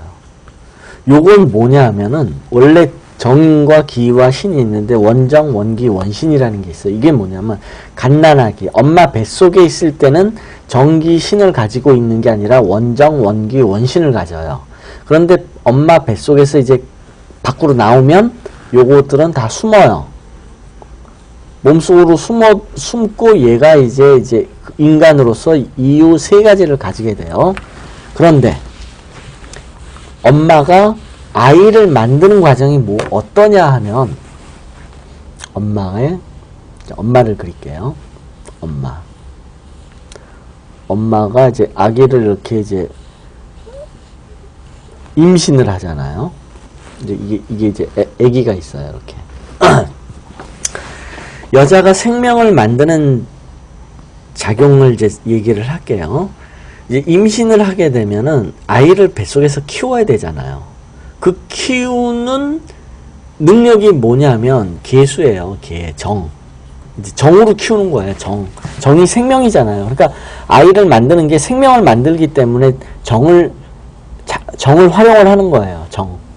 그런데 엄마가 원래 가지고 있던 정을 아이한테 나눠줘요. 아이를 키우기 위해서 아이를 주는 거예요. 그러면 얘가 그 원정이라는 거를 가지게 돼요. 엄마가 원래 가지고 있던 엄마의 정을 아이가 조금 받아요. 그러면서 아이가 갖고 있는 게 이제 원정이 되는데, 한의학에 보면 이제 경락이 있어요. 12경락이 있는데, 12경락 말고 이제 기경팔맥이라는 게 있는데, 그 중에서 임맥이라는 게 있어요. 임맥. 이 임자가 이제 임신할 임자예요. 임신시키다 임자. 즉 여자가 아기를 뱃속에서 만들 때는 임맥을 통해 가지고 이 엄마가 가지고 있는 정이 아이한테 들어가요. 그리고 아이를 낳게 되면 이제 임맥이 다시 막혀요. 이 이제 임맥이라는 게 이제 아이를 키우는 맥인데, 그러면서 엄마가 아이한테 정을 나눠줬기 때문에 엄마가 정이 일부를 잃어요. 아이한테 줬기 때문에. 엄마한테. 그럼 엄마는 정이 손상된 거예요. 아이 한 명 낳으면 엄마는 정이 손상된 거예요. 정이. 그러므로 해가지고 정이 손상이 됐기 때문에 엄마가 기억력 감퇴가 오는 거예요. 왜? 여자들 아기 낳고 나면 온갖 병이 생긴다고 하잖아요. 기억력 감퇴부터 시작해가지고 이게 정이 손상됐기 때문에 그런 거예요. 다 엄마가 애 낳고 나서 약해지는 부분은 전부 정과 관련된 거예요. 개수와 관련된 거. 천간으로 따지면 개수와 관련된 질환인 거예요. 애 낳고 나가지고 뭐 기억력이 약해졌어. 뭐 신경통도 와. 온갖 잡병들 많잖아요. 이게 애 낳으면은 이런 병들이 이제 막 시작이 되는데 그 이유가 뭐냐면 정이 손상됐기 때문에 그런 거예요. 아이한테 줬기 때문에. 그래서 여자들은 아이를 하나 낳을 때마다 정의 손상이 많이 와요. 그래서 그로부터 인한 병들이 다양하게 와요. 이제 잡병이라고 그러죠. 온갖 잡병. 남자들한테는 없는 그런 이상한, 남자들이 볼 때는 별로 병 같지도 않은 병인데 여자들은 막 아프다고 그러고 그래요.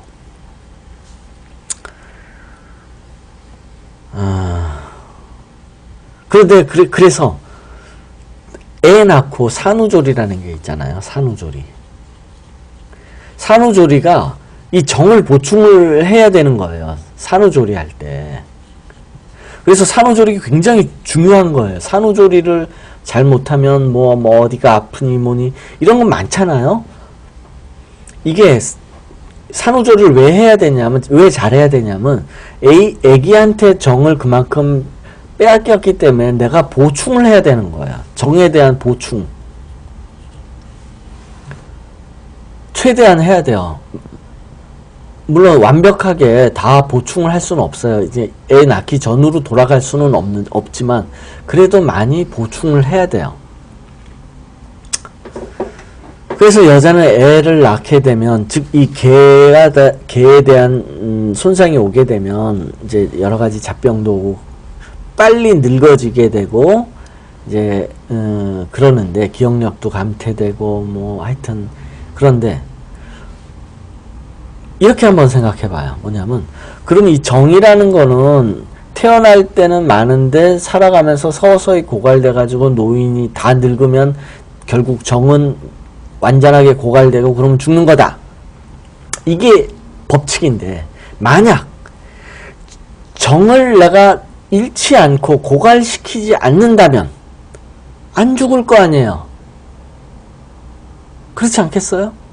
죽는다는 게 병 걸려서 죽는 거가 아니고 그냥 늙어서 자연사 해서 죽는다는 것은 정이 고갈돼서 죽는 건데, 만약에 내가 정을 고갈시키지만 않고 병만 안 걸린다면 죽지 않을 거 아니에요. 그래서 그거 하자 하는 게 바로 선도예요. 선도. 신선수행. 신선수행의 목표가 뭐냐면 불로장생이에요. 불로장생. 이게 불로장생이 목표인데 그거의 방법이 뭐냐면 이 정을 끊임없이 보충을 하는 거예요. 끊임없이. 고갈되지 않게. 그러면 죽지 않아요. 늙지도 않고. 그거 하자고 하는 애들이 선도를 하고 신선수행을 하는 거예요. 근데 이제 제가 이렇게 설명을 했는데 걔네들은 이런 원리를 몰라요. 모르면서 해요. 하다가 우연히 다 되는 거예요. 원리는 잘 몰라요. 신선수행하는 애들이 이런 음양오행을 잘 알겠어요? 음양오행도 학문인데 학문이 저절로 되나요? 배워야 되지. 근데 누가 제대로 가르쳐 주나요? 그러니까 신선이 나한테 와가지고 배우는 거예요. 도학자한테. 신선이 어떻게 하다가 신선이 됐어요. 근데 음양오행을 잘 몰라요. 그냥 수행만 하다 보니까 어떻게 됐어요. 될 수 있어요. 근데 음양오행을 알아야 뭐 조화도 부리고 뭐 할 텐데 방법을 모르는 거예요. 그럼 어떻게 해요? 이거 음양오행 잘하는 전문인이 도학자 아니에요. 도학자한테 와가지고 음양오행 공부하는 거예요. 그럼 누가 계급이 높아요? 얘가 왕이죠. 얘가 더 높죠. 얘 밑에 신선이 있는 거예요. 도학자 밑에 신선. 도학자가 제일 높아요. 음양오행을 아는 사람이 제일 계급이 높은 거예요. 이게 누구냐? 도학자가 누구냐? 이나 이황, 서경덕 같은 사람. 이런 사람이 도학자예요. 신선들이 아유 선생님 음양오행 가르쳐주세요. 와서 배워야 돼요. 학문이라는 건 저절로 되지 않아요. 공부하지 않아요. 배우지 않으면 알 수 없어요. 이 세상에 저절로라는 거는 없어요. 그래서 도학자가 짱이에요. 제일 높아요. 제일 계급이 제일 높아요.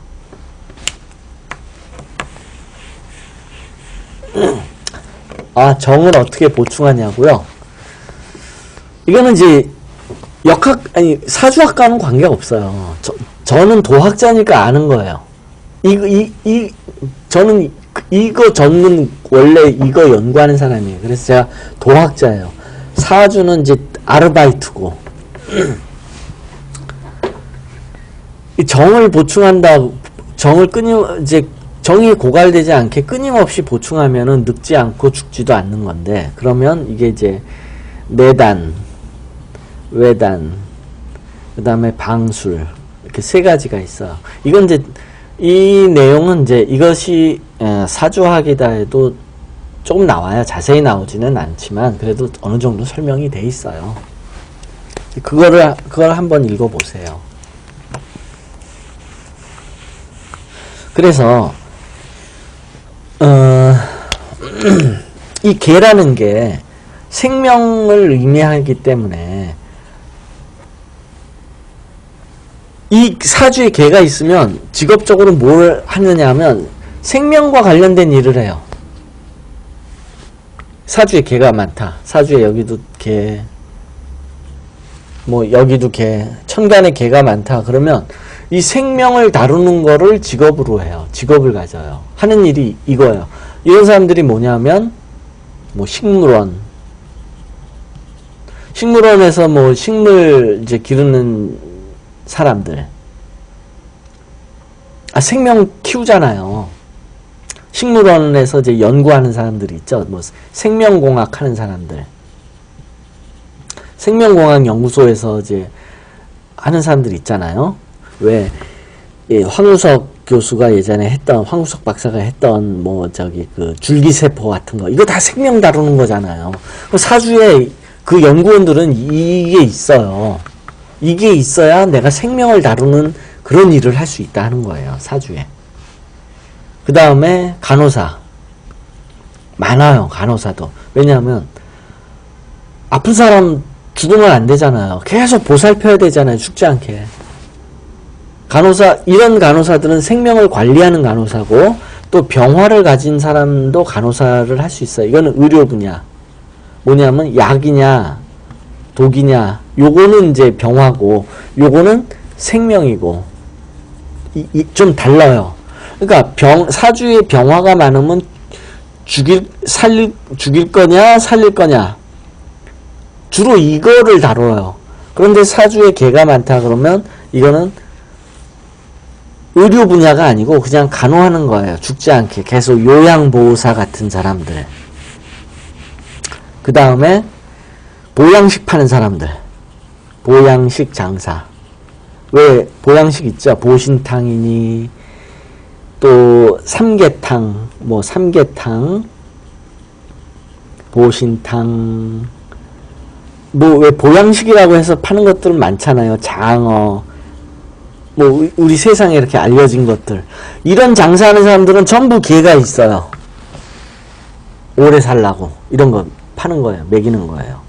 그리고 왜 한약 중에서도 뭐 이거는 뭐 건강에 좋아요, 뭐 그런 거 많잖아요. 뭐 그거 뭐죠? 그 산딸기 비슷한 거, 산딸기 비슷한 거, 그거 뭐 있잖아요. 시꺼먼 거. 그런 거 장사하는 사람들 다 개예요. 개. 이런 일도 있었어요. 어떻게 확인을 했냐면 사주에 정화가 있었어요. 그 여자가 그래서 음식점을 해요. 음식점을 하는데 이게 왜냐하면 요리부리니까. 그런데 대운에서 개운이 왔어요. 원래 음식점을 해가지고 뭐 이 김치찌개나 뭐 백반을 팔았어요. 근데 대운에서 요게 딱 오니까 삼계탕을 팔아요. 갑자기. 아, 이런 일도 있었어요. 삼계탕이 건강식이니까, 보양식이니까, 운에서 이게 오니까 요렇게 종목을 바꿔요. 같은 음식 장사를 하다가.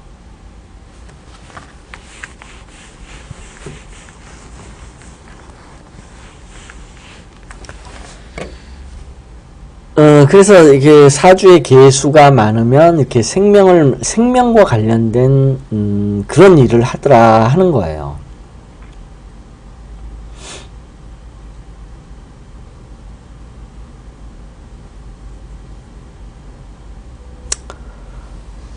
그 다음에, 그래서 이 개라는 거는 생명이기 때문에 남자보다도 여자한테 훨씬 중요해요. 왜냐하면 여자가 생명을 만드니까, 임신을 하니까. 그래서, 이게, 이제 이런 거예요. 뭐냐면, 이 축이란 지지에 축이라는 글자 있잖아요. 축. 이 축이 임신한 모습을 말하는 거예요. 임신 모습을 그리는 거예요. 여자가 임신하면 이렇게 되죠. 배가 이렇게 불룩하고, 여기에 이제 아이가 들었는데, 이 축의 지장간이 뭐냐면, 개신기예요. 개신기. 축의 지장간이 개신기인데, 이게 왜 임신한 모습이냐면, 뱃속에 씨앗이 들은 거예요. 생명의 씨앗. 그리고 씨앗은 반드시 껍질에 쌓여 있어요. 이게 신이에요. 이게 신. 그리고 이게 임신해서 이 배 불러진 게 몸이에요. 기예요, 몸. 그럼 유산은 뭐냐? 유산은 뭐냐면요. 여기를, 구멍을 뻥 뚫어요. 뻥 뚫어요. 씨앗을. 뻥 뚫어요. 여기를. 원래 이렇게 애가 막으로 쌓여져 있잖아요. 임신하면. 여기를 뻥 뚫어요. 그러면 이 개수가 흘러내려요. 밖으로 이렇게. 그러겠잖아요. 여기를 껍질을 감싸고 있는데 껍질을 딱 찢으면 개수가 흘러내릴 거 아니에요. 이게 유산이에요. 유산.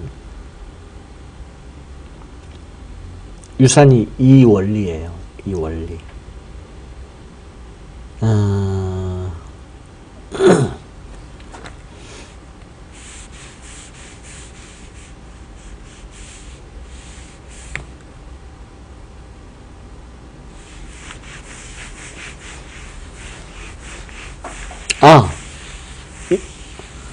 참고로 이제 이런 얘기도 할게요. 이것도 참 재미있는 이제 얘기인데, 임신 안 했으면 좋은 경우도 있잖아요, 여자들. 임신 안 하는 방법. 임신 안 하는 방법.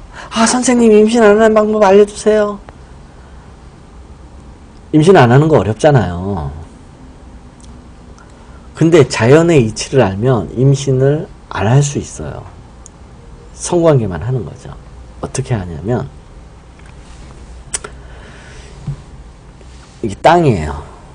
땅에 씨앗이 이렇게 심겨져요. 이게 씨앗. 씨앗이 싹이 이렇게 올라오면 이게 아기가 나오는 거예요. 그러면 이 땅에 씨앗이 뿌려지는 게 이제 정자가 이제 여자의 뱃속으로 들어가는 거죠. 임신을 안 하려고 그러면 이 땅을 얼려요. 얼리다. 겨울에 언 땅에 심어봐야 씨앗 싹 안 트잖아요. 땅을 얼리는 방법이 있어요. 땅을 얼리는 게 뭐냐? 바로 냉증이에요. 여자들 자궁병의 하나예요. 냉증. 뭐냐면 이제 여잔데도 냉증이 잘 모르는 여자들도 있더라고요. 이제 이렇게 되죠. 어떻게 되냐면 해부학적으로 그리면 이제 엉덩이가 이렇게 있다. 그러면 자궁의 위치가 어디 있냐면 이 백가죽의 바로 밑에 있어요. 바로 자궁이. 이쪽으로는 대장이 있고 이게 자궁이에요.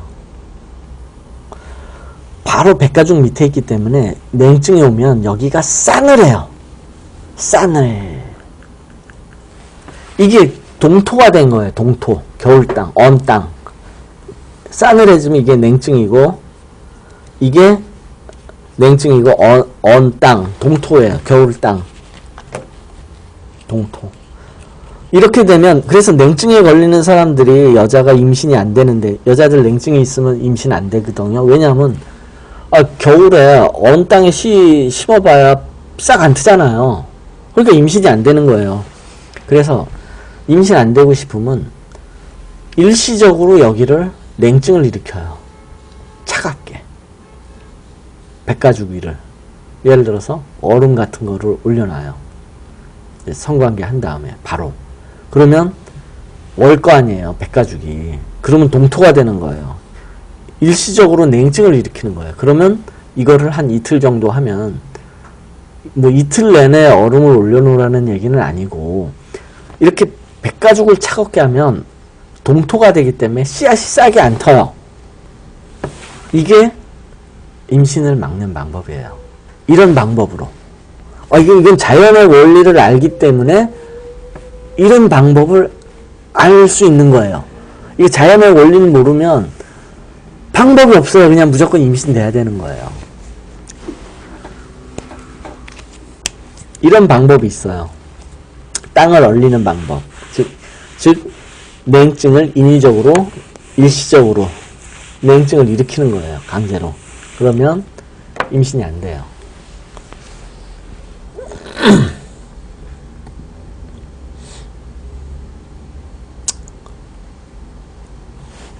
그 다음에 또 개수와 관련해 가지고 그래서 이제 개라는 게 개수와 관련한 얘기를 내가 또 할게. 아주 재밌는 얘기가 있어요. 여자는 지금까지 이제 여자에 관한 얘기들은 이제 많이 했고 남자에 관한 얘기들을 할게요. 남자의 경우는 이게 어떤 역할을 하느냐. 이게 생명을 만드는 생명이라는 의미는 남자나 여자나 같아요. 이 개라는 게 공통이에요. 근데 여자가 월등하게 남자보다 역할이 많고 중요하다는 거죠. 남자도 개수에 대한 역할이 있어요. 이제 그걸 설명할게요. 가끔가다 뉴스에 보면 이런 뉴스가 나오죠. 지하철 성추행범. 뉴스 많이 나오잖아요. 근데 잡고 보니 대학 교수.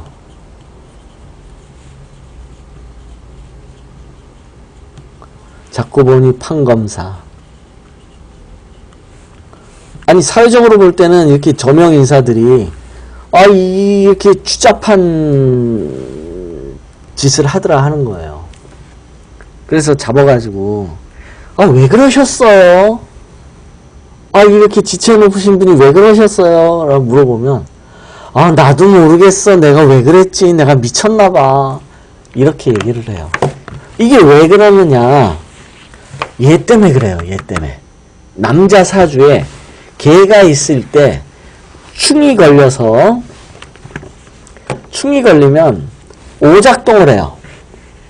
원래 이 충이라는 게 어떤 기능이 역할하던 게 딱 멈춘다는 의미도 있는데 오작동도 해요. 이게 병으로 일어날 때는 멈추는 거하고 오작동하고는 같은 얘기예요. 멈추니까 멈춰가지고 스톱하는 게 아니라 새로운 기능을 하는 거예요. 그래서 오작동도 일으키는데 오작동을 일으키면 이게 생명에 관한 의미가 있기 때문에 이게 생식욕이 막 일어나요. 생식욕. 그래서 성추행범이 돼요. 남자는. 그래서 멀쩡한 사람도 얼마든지 이 개수가 운에서 충을 맞거나 형을 맞으면 이게 병도 여러 가지 있는데 생식력이 떨어질 수도 있어요. 생식력이 병이 떨어질 수도 있고 올라갈 수도 있어요. 둘 다 병이에요.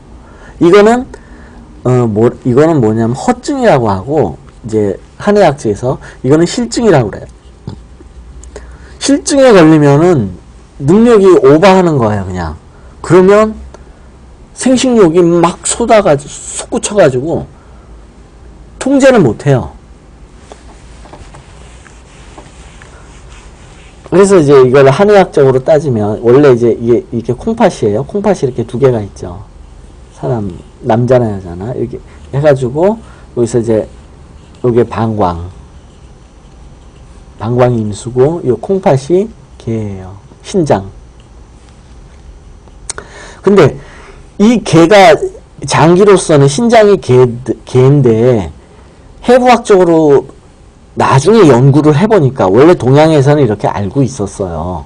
근데 이제 서양 놈들이 해부학이 발달하잖아요. 서양 의학이 다 해부학이잖아요. 서양 의학은 해부학이에요. 해부학 뿌리가 해부학으로 다 분석하고 연구를 해보니까 이 신장이 직접적으로 그런 작용을 하는 게 아니라 요 신장 위에 이렇게 부신이라는 게 있어요. 부신.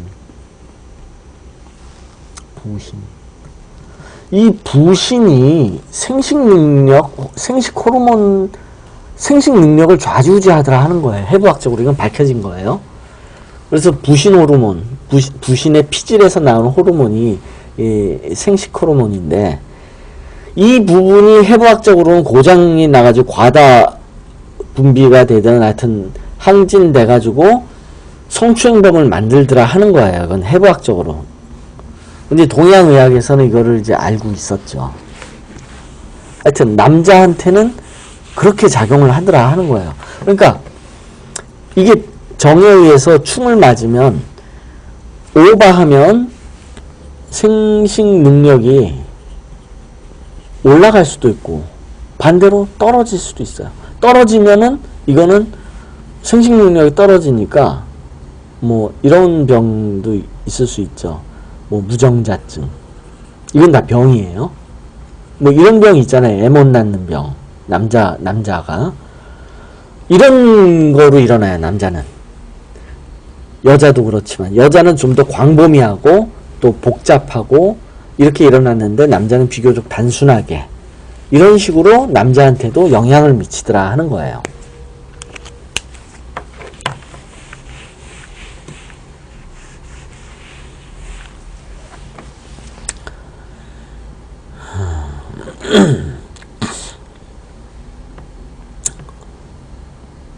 네. 하여튼 사주에 계자라는 글자가 많으면 천간이든 지지는 계자가 아니겠죠. 지지에서는 자, 뭐 축, 또 뭐가 있죠? 진. 얘네들이 계를 가지고 있죠. 임계. 축은 계신기. 진은 을계무. 그래서 사주에 이렇게 계자가 많으면 지장간에서는 이렇게 있고 천간에는 이렇게 있는데 이런 사람들은 그 부분에 대해서 즉 생식 부분 또 뭐 생명에 관한 일 이런 쪽에서 일이 일어나기 쉬워요. 잘못된 일이겠죠. 왜냐하면 운이 걸리면 사고가 많잖아요. 운이라는 거는 멀쩡하기보다는 뭔가를 건드려 가지고 뭐 잘못되는 경우가 많은데 잘못되겠죠. 좋아지기보다는 나빠지는 쪽이 많겠죠. 그러니까 사주에 개가 많으면 남자든 여자든 이 두 가지 부분에서 일이 많이 일어나요.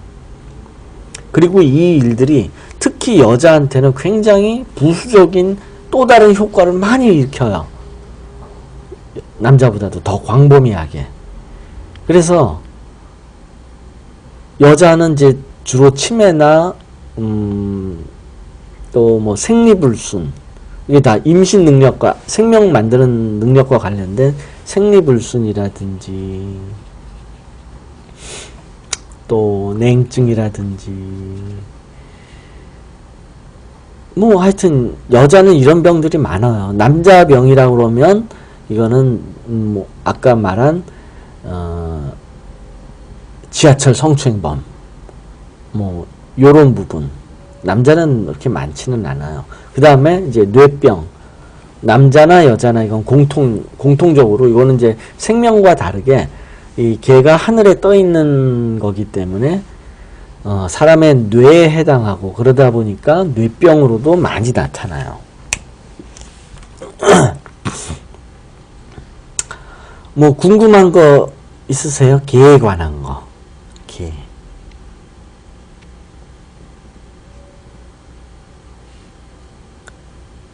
궁금한 게 있으시면 전화를 주셔도 되고요.